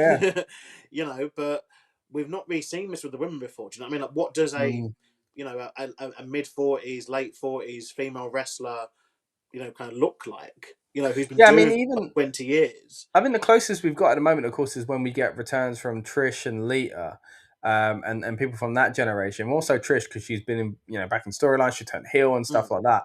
But there's still women who left business for numbers of years. Well, it's still different. I mean, I guess she wouldn't have gone away if that's where women's wrestling was when she did leave. If women's wrestling was a different position, then she might have stuck around just like John Cena did. John Cena didn't dip at that period of his career. Talking about Trish, really, she only started wrestling properly, in 2001. She had matches before that. They were obviously very much the Attitude Era's favourite matches. We probably can't say on this broadcast, but the two pieces of clothing. But you know what I mean? Like she was doing those matches, but it was only really she went in and hard with the training in 2001. Returned at Survivor Series 2001, won the then vacant Women's Championship, and she was very green still. But it took her time to get thing, and then by the time she retired the first time, was it 2006? I think 2006. No, hometown, Unforgiven. 2006. Yeah, it was the same Unforgiven where Cena beat Edge in his hometown. I mean, TLC match, wasn't it? She retired in 2000. She basically, that's 20 years ago. She retired the first one 20 years. She retired 20 years ago. That's so weird to say. But then she returned. Obviously, she made returns in 2012, and then obviously the Snooki match.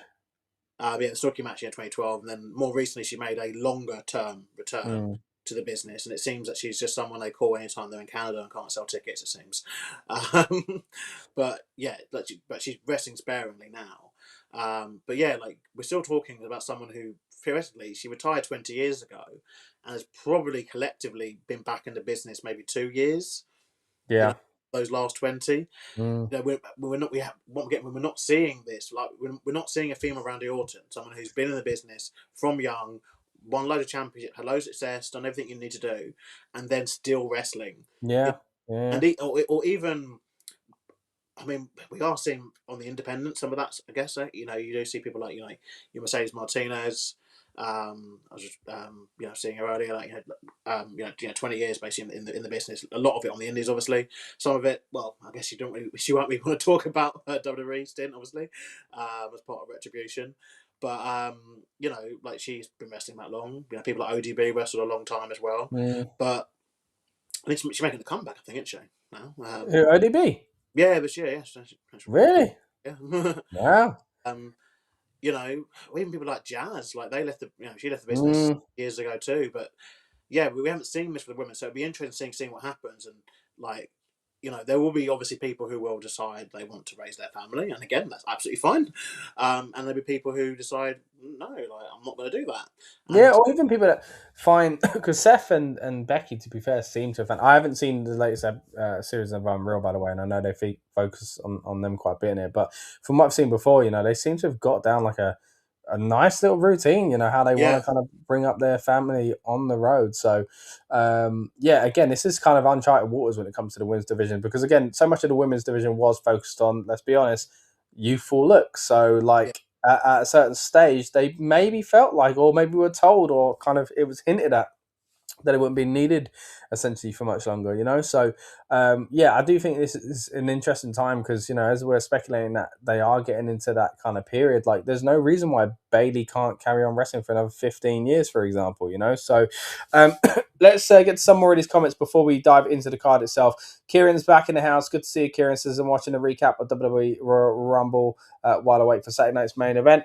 Casper also says, will we see Powerhouse Hobbs at the Rumble?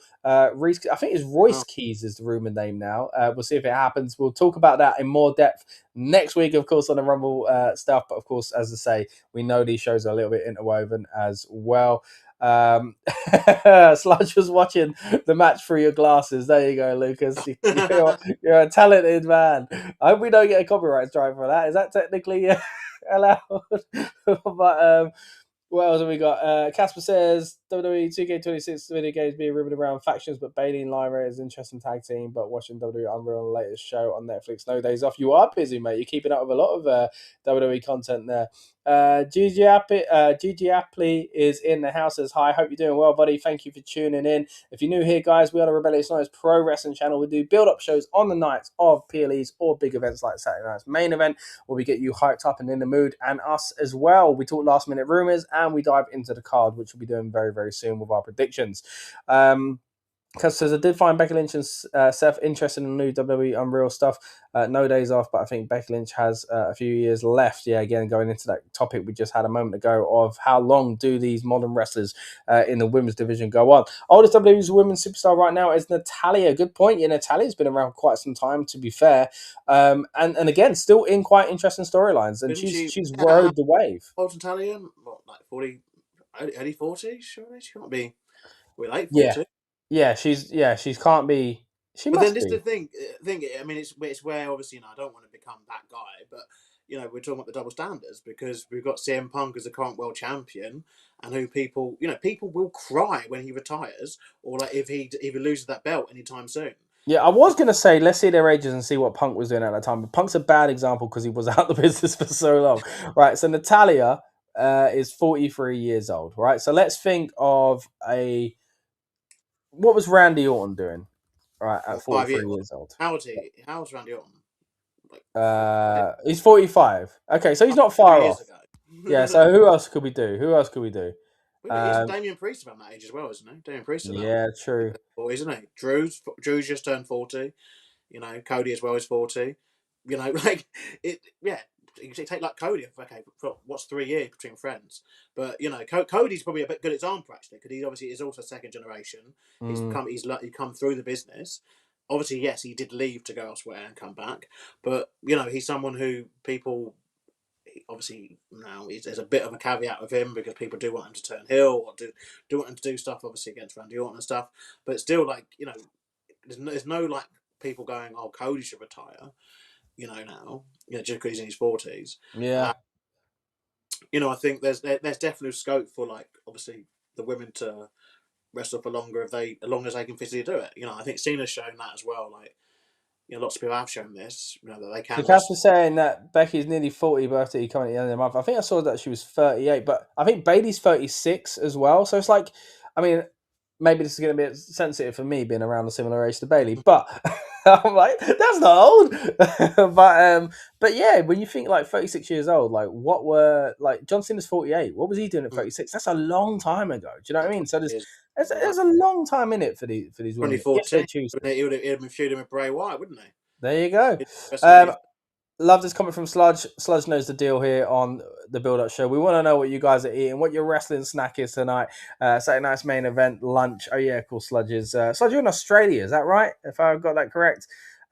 Chicken fried rice. Nice. I hope you enjoy that, buddy. Let us know your snacks, guys. Let us know what you are going to be doing for your kind of PLE routine. Again, I know it's not quite a PLE, but hey, it's a special show nonetheless. Speaking of which, let's jump into the card itself. Again, I did do predictions for 3 out of 4 of these matches already, but I'll kind of touch on my predictions a little bit here for those that didn't see him. And of course, we want to get Lucas's thoughts on the 4 matches taking place tonight. And I'll also touch on that 4th match itself.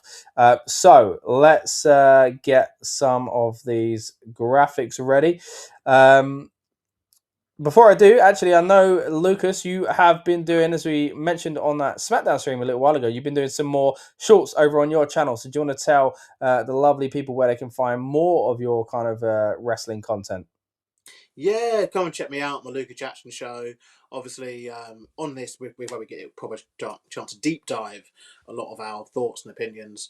Obviously, with Scott and I get to do this, once a month or so. But I've been doing kind of semi-regular. I'm trying my best to get as many as possible, but I'm more into the YouTube Shorts format. I've been, getting a few that have been going all right. And yeah, my latest one I did today was about the Shinsuke Nakamura and AJ Styles match, which got added. So yeah, please go and check that out. Like I said, it's YouTube Shorts, so it's all under, was it a minute? I think you get. Yeah, I watched it earlier. Very entertaining as always, Lucas. So again, when we do wrap up here, because we'll be wrapping up a little bit, we'll take you close-ish to the show, but we're going to wrap up a little bit earlier than usual tonight. So you'll have plenty of time to go and watch Lucas's shorts there as well to get you in the mood there. But as you mentioned there, the latest match added to the card is Shinsuke Nakamura versus AJ Styles. This, guys, is a WrestleMania match. Let's remember that. It's also a Wrestle Kingdom match as well. Will we get the quality of a Wrestle Kingdom or WrestleMania match? I doubt. But will it make up for a bit of a lackluster WrestleMania match, Lucas? We talk about this time and time again on this channel, how, and not just us, many others say the same, how that match didn't quite live up to what we all expected, having seen what they'd done in Japan before. And there are probably several factors behind it. It became a weird feud where they were just kicking each other in the nuts. Okay. I like this, though. I like the idea of it. Will they, on a night's notice, or as far as, I mean, they might know for a little bit longer, but as far as promoting it goes, be able to give us a top quality match? I got a feeling they're going to want to do something special however they can with whatever time they've got, because whether or not AJ Styles retires next week, I don't know about that. We'll talk about that next week. He is retiring at some point this year. And Nakamura, they've got a great history together. I do think, out of respect, he's going to want to give AJ a fantastic match, whether, again, it's the beginning of his retirement tour or the end of it. I think they're going to want to do something special tonight. So we could get something that makes up for that WrestleMania match, Lucas. Yeah, this is a very interesting one. I think the timing of it all is very key, as obviously Shinsuke was a very hot topic over this month himself, wasn't he? For multiple reasons, alluding to obviously why he wasn't going to be Tanahashi's last match, why he couldn't be there, the severe interest people had on his contract status with the company, and it seems that as he is still advertised for a match tonight, he is still a contracted employee of the World Wrestling Entertainment Inc. And I kind of think that this is as much for AJ as it is for Shinsuke. Yeah, are they making up for it a little bit here? Yeah, that's what I kind of think. I think obviously Shinsuke he has either signed a new deal, or the deal that was reported previously was incorrect and or had been extended because of injury / the usual stuff that they do towards the end. And I think that they may be just trying to do one final thing to try to obviously get what they felt they had from him, or felt that they deserve, out of him. But In terms of the match quality, I think it will be kind of hard for it to be worse than what they've done previously. It sounds weird saying that because It again, really everything's does. technically wrong with what they did previously, and you could say it was different time, different creative, that kind of thing. But ultimately, it was still two performers who went out there, on really big stages. I think they had a match at WrestleMania, they had a match in Saudi the next month. That was back when we used to get feuds that went a few pay-per-views. Back in the Mm. and so they got a lot of chances, and it just never connected with the crowd. And multiple reasons were given by both, by both sides, from all sides really. But I think the main thing is they were trying to do like an NJPW light match. That's what it Mm. felt like. Instead of trying to do something different, with it. I think this one now being what 7 years removed from this, 7, 8 years even. Something like that, yeah. Yeah, I think 8 years. I think it was 2018, wasn't it? Yeah, Yeah, he won. yeah. Yeah, Shinsuke won the Rumble in 2018.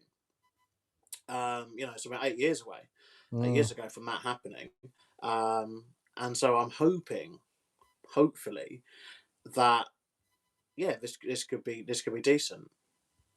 Yeah, I got a good feeling about it. I mean, we've seen more often recently, like really good quality matches. Like it's a weird thing to be saying. So maybe it is going to be the case. So the shackles are off for these guys, and they are given the time because the only thing that makes me think, oh, maybe not, is that like Saturday Night's Main Event's not a very long show. So, but then again, it's not a massive card. There's still only 4 matches, even with this. So, Yeah. be interested to see what they do as far as performance goes.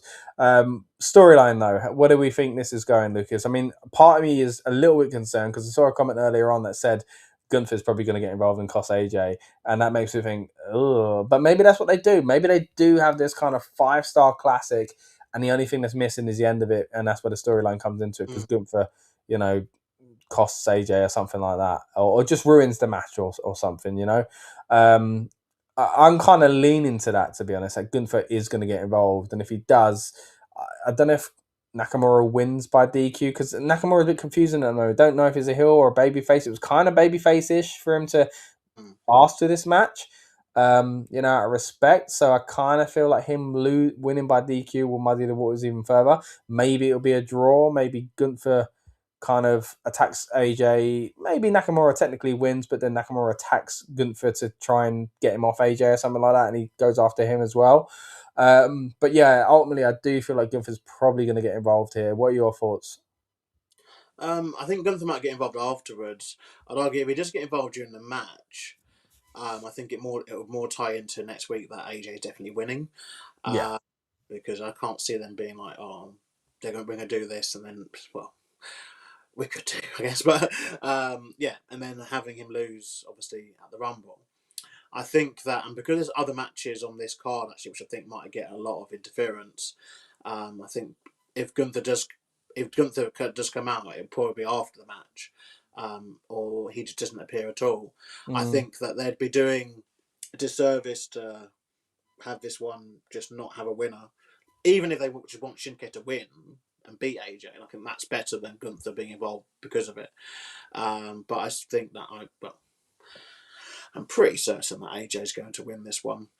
Yeah, I mean, if you need to give him that kind of, I guess, boost into it, Yeah. but then at the same time, you want to create that jeopardy. So him losing creates that kind of maybe he ain't going no more. Maybe he's going to lose, and because I don't think he's going to retire next week. But look, hey, we'll hold off on that because Royal Rumble. There are so many things we could dive into that Well, the thing is, conversation alone. he could win just for the skin of his teeth, kind of thing.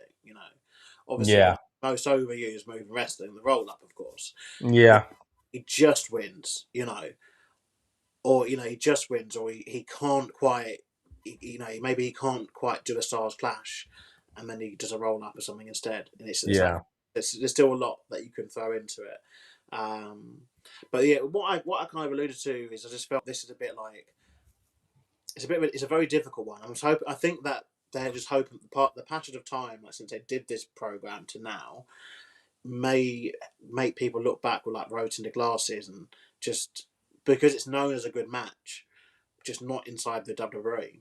Yeah. Being deadly honest, and so maybe there's enough people who just, again, they're new to the product, they see these names on paper and just go, oh, this should be good. And yeah, but I think that AJ will win. Obviously, I think we do have adverts back tonight for this broadcast. Oh, of course, yeah. We didn't have them last month for Cena's last match, which was quite fun. But yeah, I believe we do have adverts. So yeah, I don't know if it does get time. Obviously, the adverts will just ruin it anyway. True. Let's see where we go with that one. But yeah, looking forward to the match and looking forward to, potential for some good storytelling leading into the Rumble, but definitely potential for a classic here. So hopefully, look, my hopes aren't massively high. So if it isn't like that, then it's okay. But it would be nice. It would be really nice. Let's move into another match here, Lucas. This is for the Tag Team Championships of the Women's Division. Rhea Ripley and Io Sky, of course, defending against Liv Morgan and Roxanne Perez. Now, my prediction for this last night was basically touching on how I felt like it was probably a bit too soon to take the titles off of Rhea and Io, but I'd be surprised if they didn't want to shoehorn, especially Rhea, into a singles match at WrestleMania. I was also toying around with the idea of Rhea maybe turning heel. I don't think they necessarily need to or should, because especially, she's so over. She probably makes them a lot of money on merch and whatever else. But I was wondering if she could do with a freshen up or something like that. But I don't think it's necessary. I just wonder if they could be itchy to do something like that to make Io look even more of this kind of underdog baby face. I don't think it's necessary. So something's going to happen between these two teams eventually. I don't think it's here, if I'm honest. I think it's probably going to be more likely to be the Liv Morgan situation, where she seems to have got some sort of plan going on with the Judgment Day. Finn Balor himself also seems to be kind of at odds with his feelings about the Judgment Day as well. But I don't think any of that's going to come to a head just yet. So therefore, I don't think there's going to be a title change here either.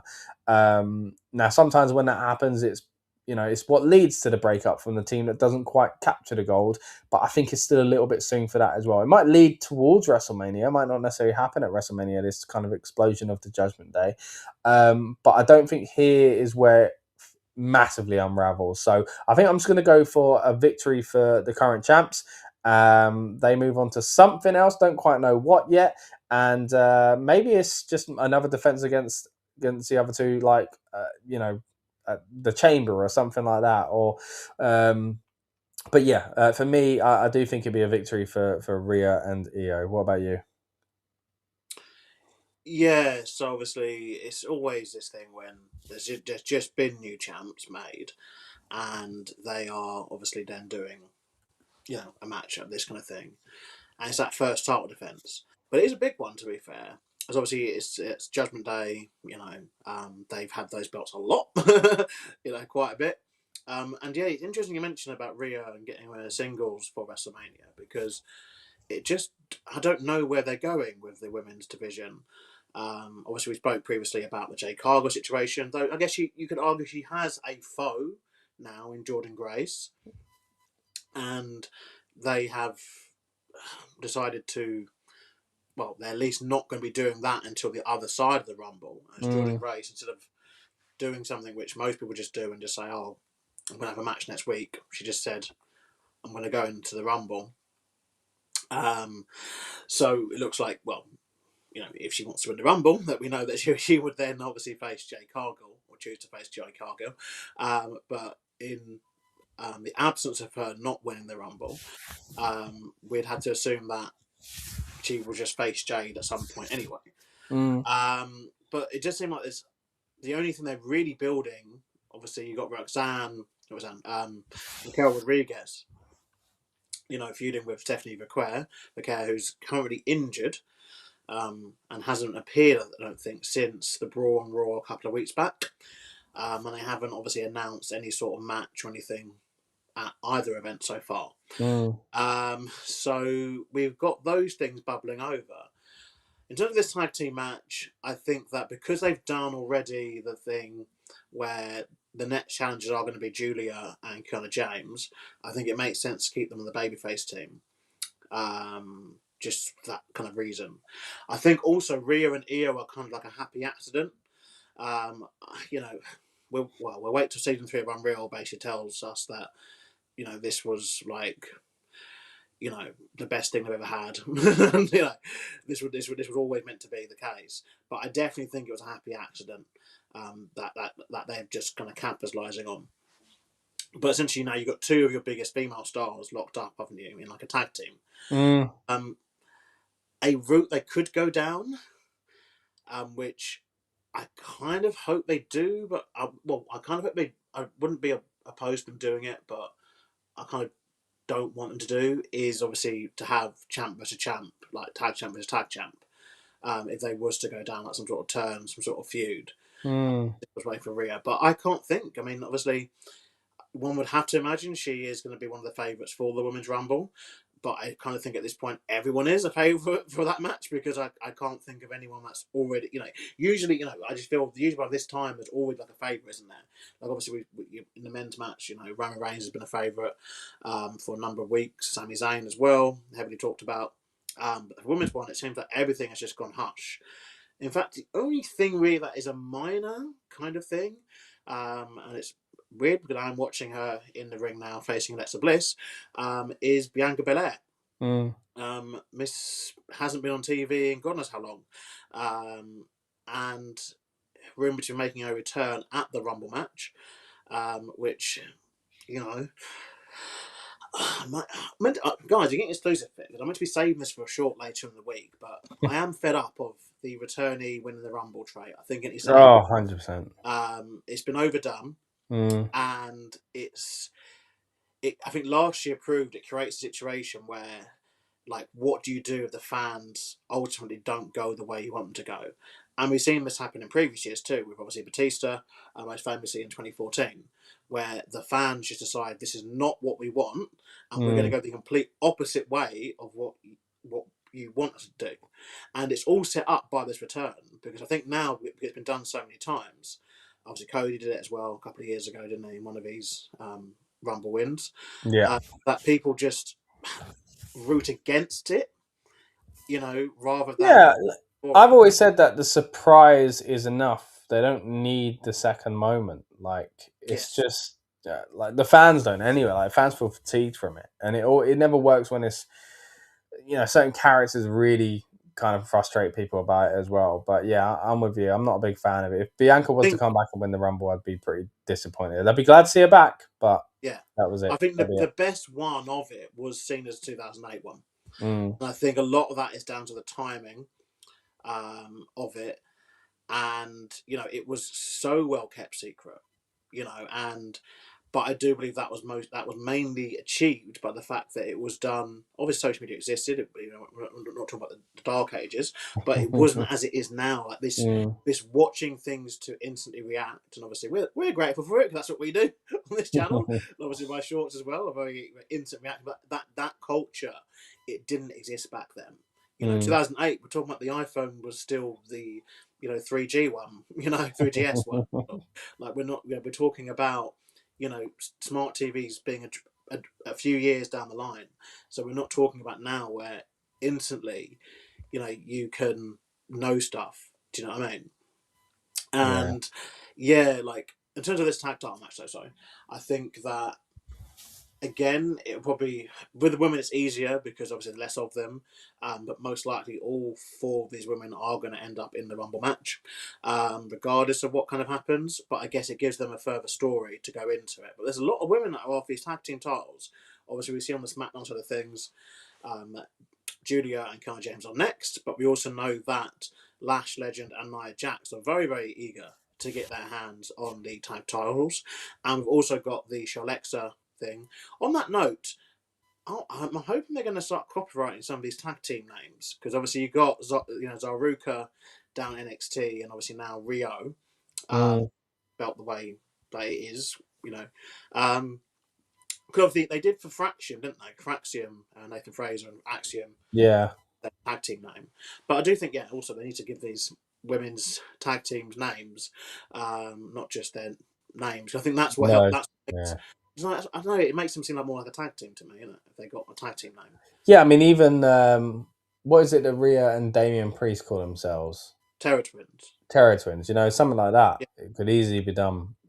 Sometimes it works with the names, and sometimes it's kind of cutesy and whatever. But yeah, I think giving them proper names. But look, I was saying last night, time and time again, I've moaned about teams being thrown together, but I got to admit, when it works, it works. I do think Rhea and Io have got good chemistry, and I really like what's going on with the Judgment there. I'm surprised it's Raquel Rodriguez that's come out of this, because when Liv first come back, she was encouraging her and Roxanne to go for the titles again. Of course, it was her and Raquel, so it's kind of been a real merry-go-round. But again, I think it's because it's going to lead to some sort of shenanigans with the Judgment Day.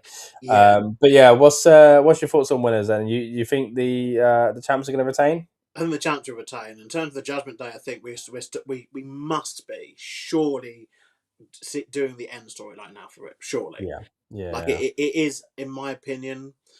I've never been the biggest fan of the stable, but I can appreciate that in terms of modern day WWE, they've been, like, well done. But yeah, like for me, it's probably, I'd say for me, it's like 2.5 years past its thing. But I think a lot of the fans can see that for the last 6 months, 8 months, it's been Dominic and his friends. Yeah, I mean, there's nothing else really to do. I've enjoyed each period of the Judgment Day. It's completely changed from what it first was, and it's very different to what it was a year and a half ago. But it's okay for it to end now, and I'd love it in 5 years' time when someone makes a save and the Judgment Day are back together or something like that. That would be cool as well. But I think now I'm interested in the breakup and the downfall of the Judgment Day. So let's hope we get a good story there. Casper's given us another comment. Of course, we do ask what people were having as their snacks for their big PLE, or again, not technically a PLE. Casper always goes big with it, but he's hit us with some breaking news.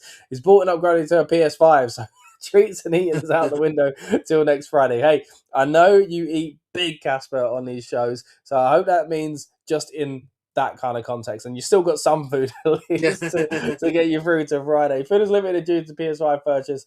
PS4 version of the game 2K6 back might not be supported. Yeah, backwards compatible. Okay. All right.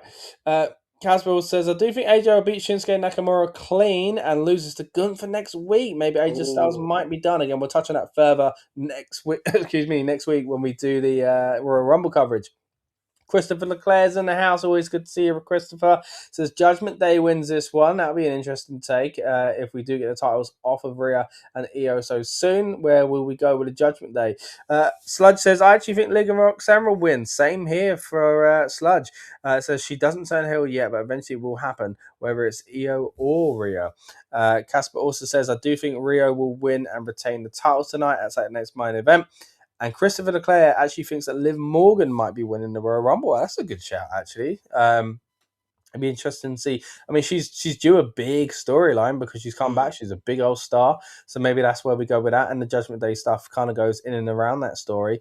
Casper enjoyed NXT this week. Really impressed with Zarya and Sol Ruka, but didn't enjoy next dispute. Oh, sorry, buddy. I didn't realize what you were saying there. Sorry about that. I hope your relative's doing well. And hopefully a speedy recovery for them. Liv Morgan, Roxanne Perez, main event, says Tony. I mean, that'd be a big WrestleMania match. As in for WrestleMania, or are we talking about tonight? Because they're teaming tonight. Obviously, I don't know how we'd get there because at the moment, Stephanie Vaquer is the champion on the Raw brand. Though I guess we could see a change happen in the women's division for that championship, particularly like this if the injury to Stephanie, obviously. I'm surprised she's not vacated it. It's very odd what they do with championships now, but I guess, and again, I have to keep mentioning this. Jay Cargill's been champion for 80 days. True. And has not. Maybe it's things like that make them think they can't do it. And obviously, even like just to take it off her, I guess Dirty Dom as well, injured. Since hasn't wrestled since middle of December, and not likely to wrestle until maybe the Rumble. It's a very different era now, isn't it? I guess to what we kind of grew up with, before. So Fightful has Liv Morgan favourite to win the Women's Royal Rumble. That's very interesting, Chris. Thank you for that kind of that feedback. Insight. I think it kind of makes sense, I guess, because she just returned, and I guess there's still that kind of, the story that she was in last year, and she obviously was champion previously. I think she's also been in the most women's rumbles. Her and Natalia, I believe, they've been in all of them.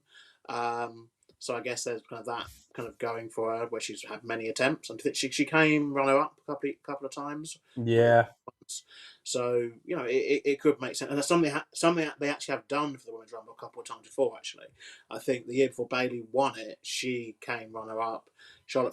Rhea Ripley as well came runner up before she won. So yeah, there's precedent for this stuff. But yeah, it just seems that there's not as much talking about the women's rumble. And, Very weird. I mean, you say we did kind of get someone declare, right? We mentioned it earlier on, Jordan Grace. Let's move over back into the men's division now, and let's talk about someone who won 2 Royal Rumbles in a row, and that is, of course, Cody Rhodes. Cody Rhodes, not in the title picture for now, at least. He is facing off against Jacob Fatu, the man that cost him. Now, I've got to say, Lucas, when I did last night's stream, Friday night's big preview, and again, thank you to everyone that tuned in for that. It's the match I was least looking forward to. It was only 3 matches to pick, but it was the one I was least looking forward to. Now there are 4 matches. It's still the one I'm least looking forward to. It goes down to 4th. But I like both guys, and I'm glad that they've been taken away from the title picture. It's just there wasn't a lot for me to get excited about. But I got to admit, that segment on SmackDown between the two of them was very entertaining. And I thought it kind of cleared up, in some ways at least, what we are going to get from Jacob Fatu. He's, they've just kind of acted like he was kind of wild and kind of, that is his character. I think there is a bit of a risk that he comes back as a babyface, and he can act like that, but it might be tricky kind of explaining that when he's going against the biggest babyface in Cody Rhodes. Don't get me wrong, there are people turning against Cody as well, but it's a strange way to present him to kind of, let's say, children, for example. The guy naturally turns babyface, goes away for this dental work, and he comes back and he costs their hero the title. So to me, that's heel activity. Again, he's got a kind of character similar to a tweener, your classic Stone Cold Steve Austin type figure, where even as a babyface, look, he's still who he is. Do you know what I mean? He's still going to do these things, and sometimes babyfaces clash. We saw that with Jey Uso and LA Knight a few months back. So WWE are doing this a little bit more lately. But for me, I'm not sure where we go with Jacob Fatu after this. It felt like they were going to strap the rocket further to him if they hadn't already, and he might be going towards the title picture. Then he went away, and I don't think he's going to do that for a WrestleMania now. This does feel like a little bit of a pit stop for Cody Rhodes, and again, I'm glad for that. And whether or not he wins the Rumble for the 3rd time in a row, I think we'll talk about that more next week. But as far as this match goes, Lucas, what do you think is going to happen? For me, I think in the end last night I went for Jacob Fatu because I thought if Cody loses, he can go into the Rumble a little bit dejected but also still kind of cocky and think he'll do it and not do it maybe. And then he ends up being like, oh man, I'm on a bit of a losing streak here, So for me, I've gone for Jacob Fatu, even though ordinarily someone like Cody losing their title and then losing again just seems crazy as far as WWE booking. I don't think they would do something like that. But Jacob losing's not a great look either. I smell shenanigans coming. That's the thing with it.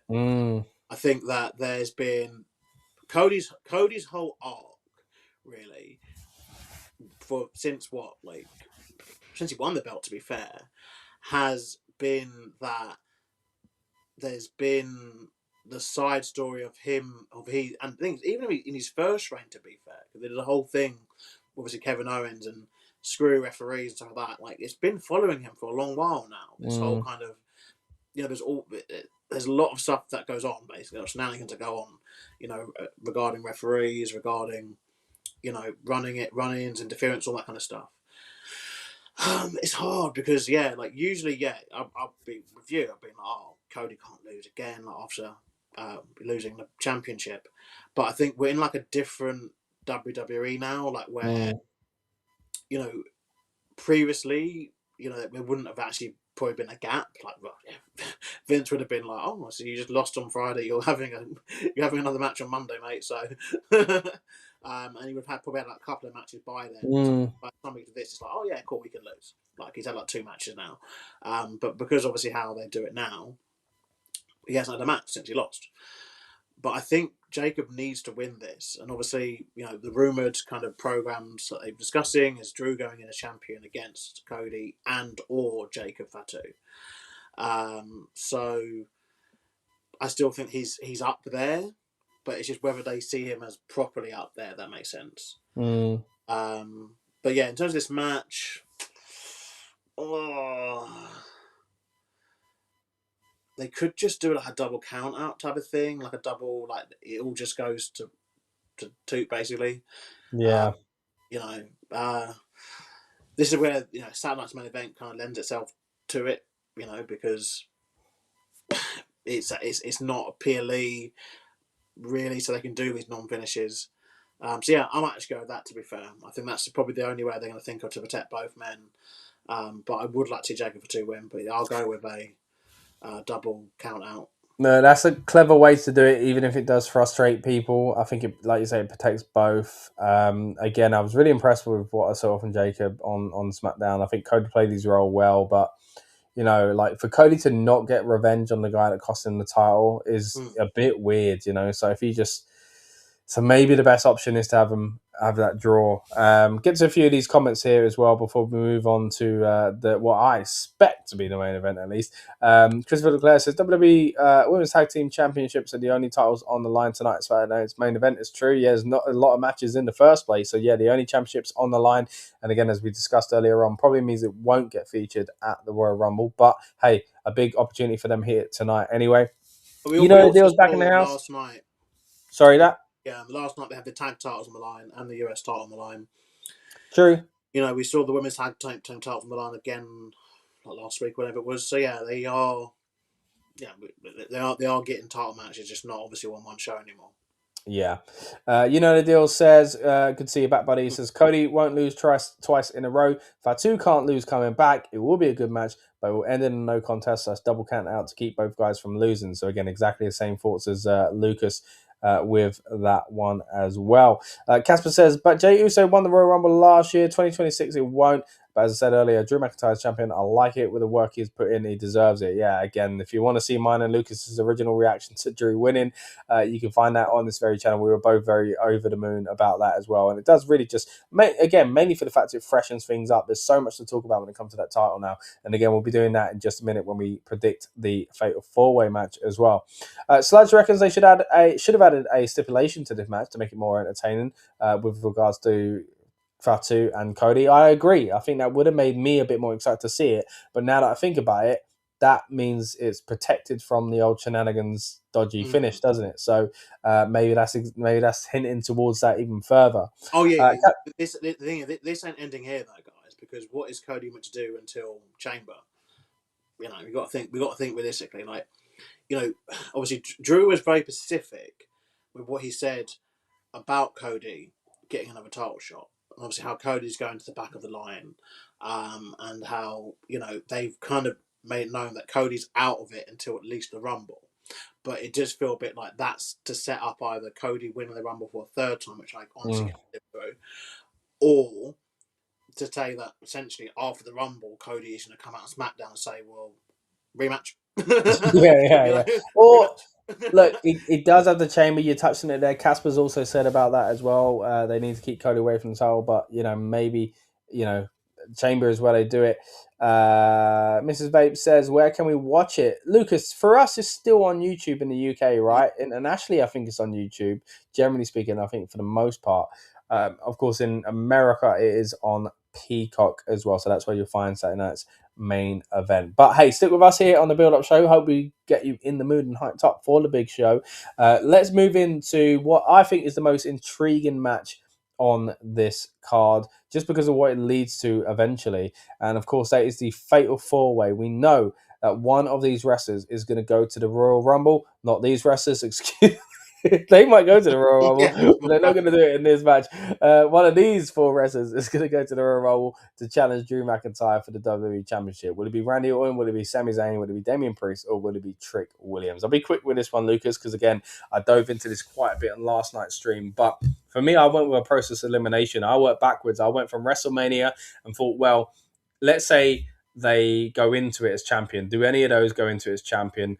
Probably not, but if anyone did, who's more likely? It's not going to be Trick Williams, is it? And it's not going to be Damian Priest. So I thought Randy could hold that. I don't think he will. Sami could hold that. Don't think he will. Then I thought, who could challenge? Who could challenge at Wrestle? Didn't win it, but maybe they're still winning around it. Same thing. Same two guys kept coming back. I came all the way back to the Royal Rumble. And the fact that this is in Montreal, Saudi Arabia next week, you probably get where I'm going with this one. I think Sami Zayn's going to win it. Now, for me, the interesting thing is whether or not he wins the Rumble. And some people might be thinking, what are you talking about? You've just said he's got a championship match at the Royal Rumble. Well, I think that's what they might actually do. And I really, really hope that is the case. And again, we'll have a little bit more to dive into this on the Royal Rumble build-up content. But for me, Lucas, Sami Zayn should become champion at WrestleMania. And I think Sami Zayn should win the Royal Rumble to build that journey. So what I would like to see is him win at Saturday Night's Main Event, not win the title. Drew's all really cocky about it, but Sami finds a way to get himself into the Rumble and wins the Rumble in Saudi Arabia. So you still get that big pop in Saudi Arabia as well. And then he therefore goes on to WrestleMania. And I think Drew is a brilliant foil, because a few months back I was thinking Sami WrestleMania, because a lot of us were wondering whether or not he'd win the Rumble, of course. And they tell that story about him never winning the world title. You need a heel that can rub that in his face. And for me, Drew McIntyre is that heel. But as we said the other day, how do we know whether or not he's going to go all the way to WrestleMania? How do we know that Drew's not going to be a transitional champion himself? But for me, the story is there. The story is perfect, lined up, ready to be told. But there are so many things going on around it. Cody Rhodes, Roman Reigns, another title on the Raw brand as well. So Elimination Chamber, Royal Rumble, heck, the rest of the guys in this match, Sami Zayn might not even win it. But for my money, Sami Zayn will win it. And I don't know if my dream scenario is going to work out, but I think that first bit is, and I think he'll go to the Royal Rumble and he'll lose. Randy Orton's the closest second, but it would be a throwaway, and it kind of feels like the whole tournament would have been for nothing. What are your thoughts on this one, Lucas? Yeah, so they've been featuring Sami a lot again recently. He hadn't really been featured since around Survivor Series time, and obviously his feud with the MFTs kind of came to an end. And since then, he hasn't really done too much. But what he has done has been in segments almost exclusively, with Drew McIntyre and talking about or talking about the WWE Championship, which usually pinpoints that they're going to be doing something, along this line, soon. And so, but is it this? Is it he wins this match and then he gets the title shot? And the thing is, we need to remember we've been here before with Sami in similar circumstances. He had his previous championship opportunity against Roman Reigns at the Chamber in his hometown. Should have won. He's obviously now going into his hometown to win the number one contendership, and for an opportunity that will exist at a location that is very favourable towards him. Are they just not going to do it again?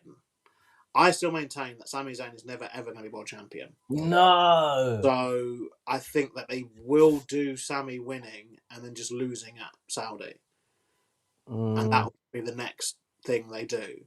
And then in a couple of years' time, they just do it again, but maybe other way around. Where he wins in Saudi. No, don't say it, Lucas.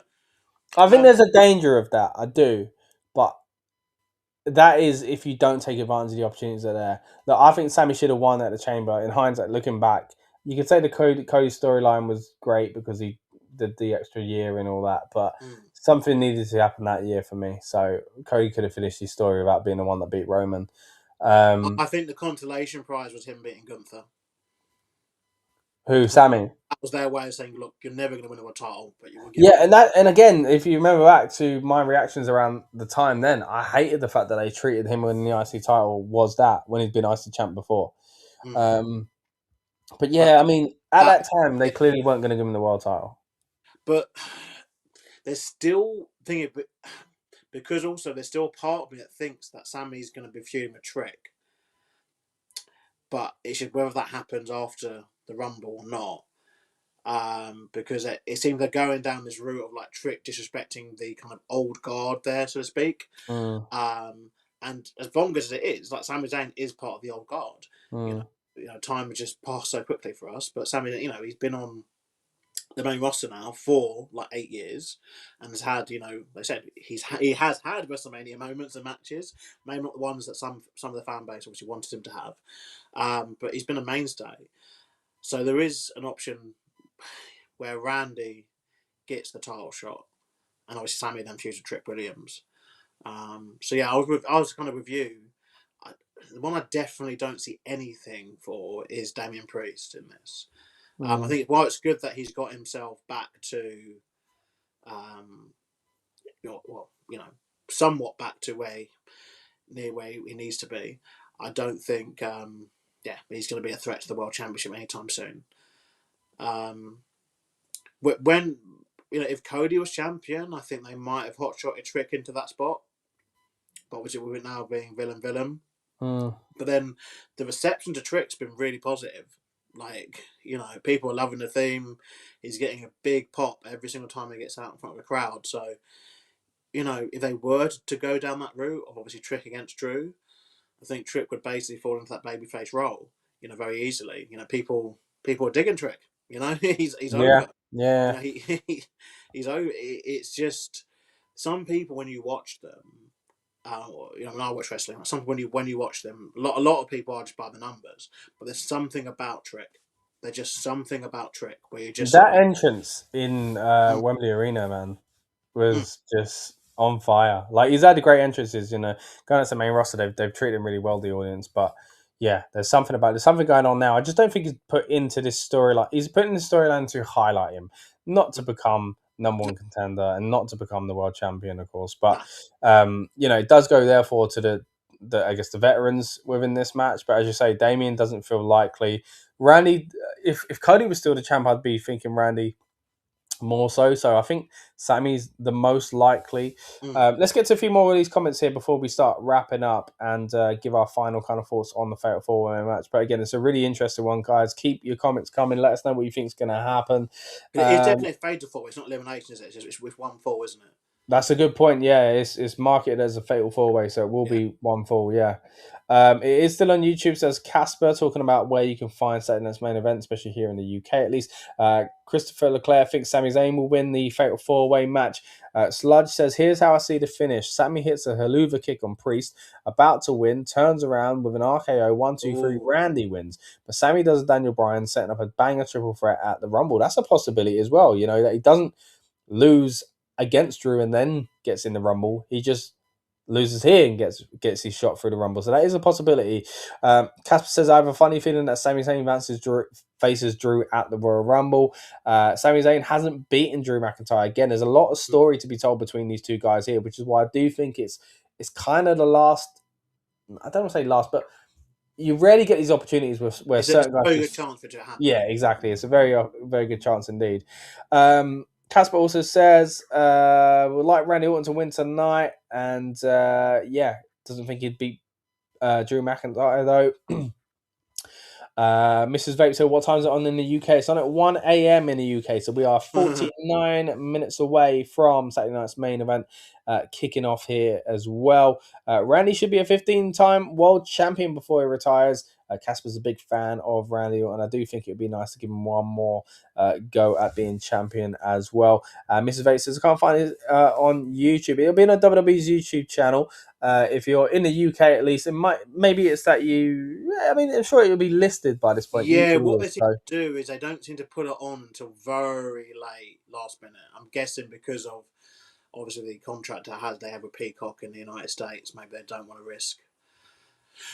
Right, yeah, so it's not like the other ones where you see like an upcoming stream for a while. Yeah, it seems to be very late. Keep checking it then. So yeah, Mrs. Blake, please check probably around like maybe even 10 to 5 to, but it's definitely airing on YouTube tonight, and it's definitely 1 a.m. start with the 4 matches that we said. There's no pre-show, there's no pre-show panel, there's no post-show. It's just the show, the show.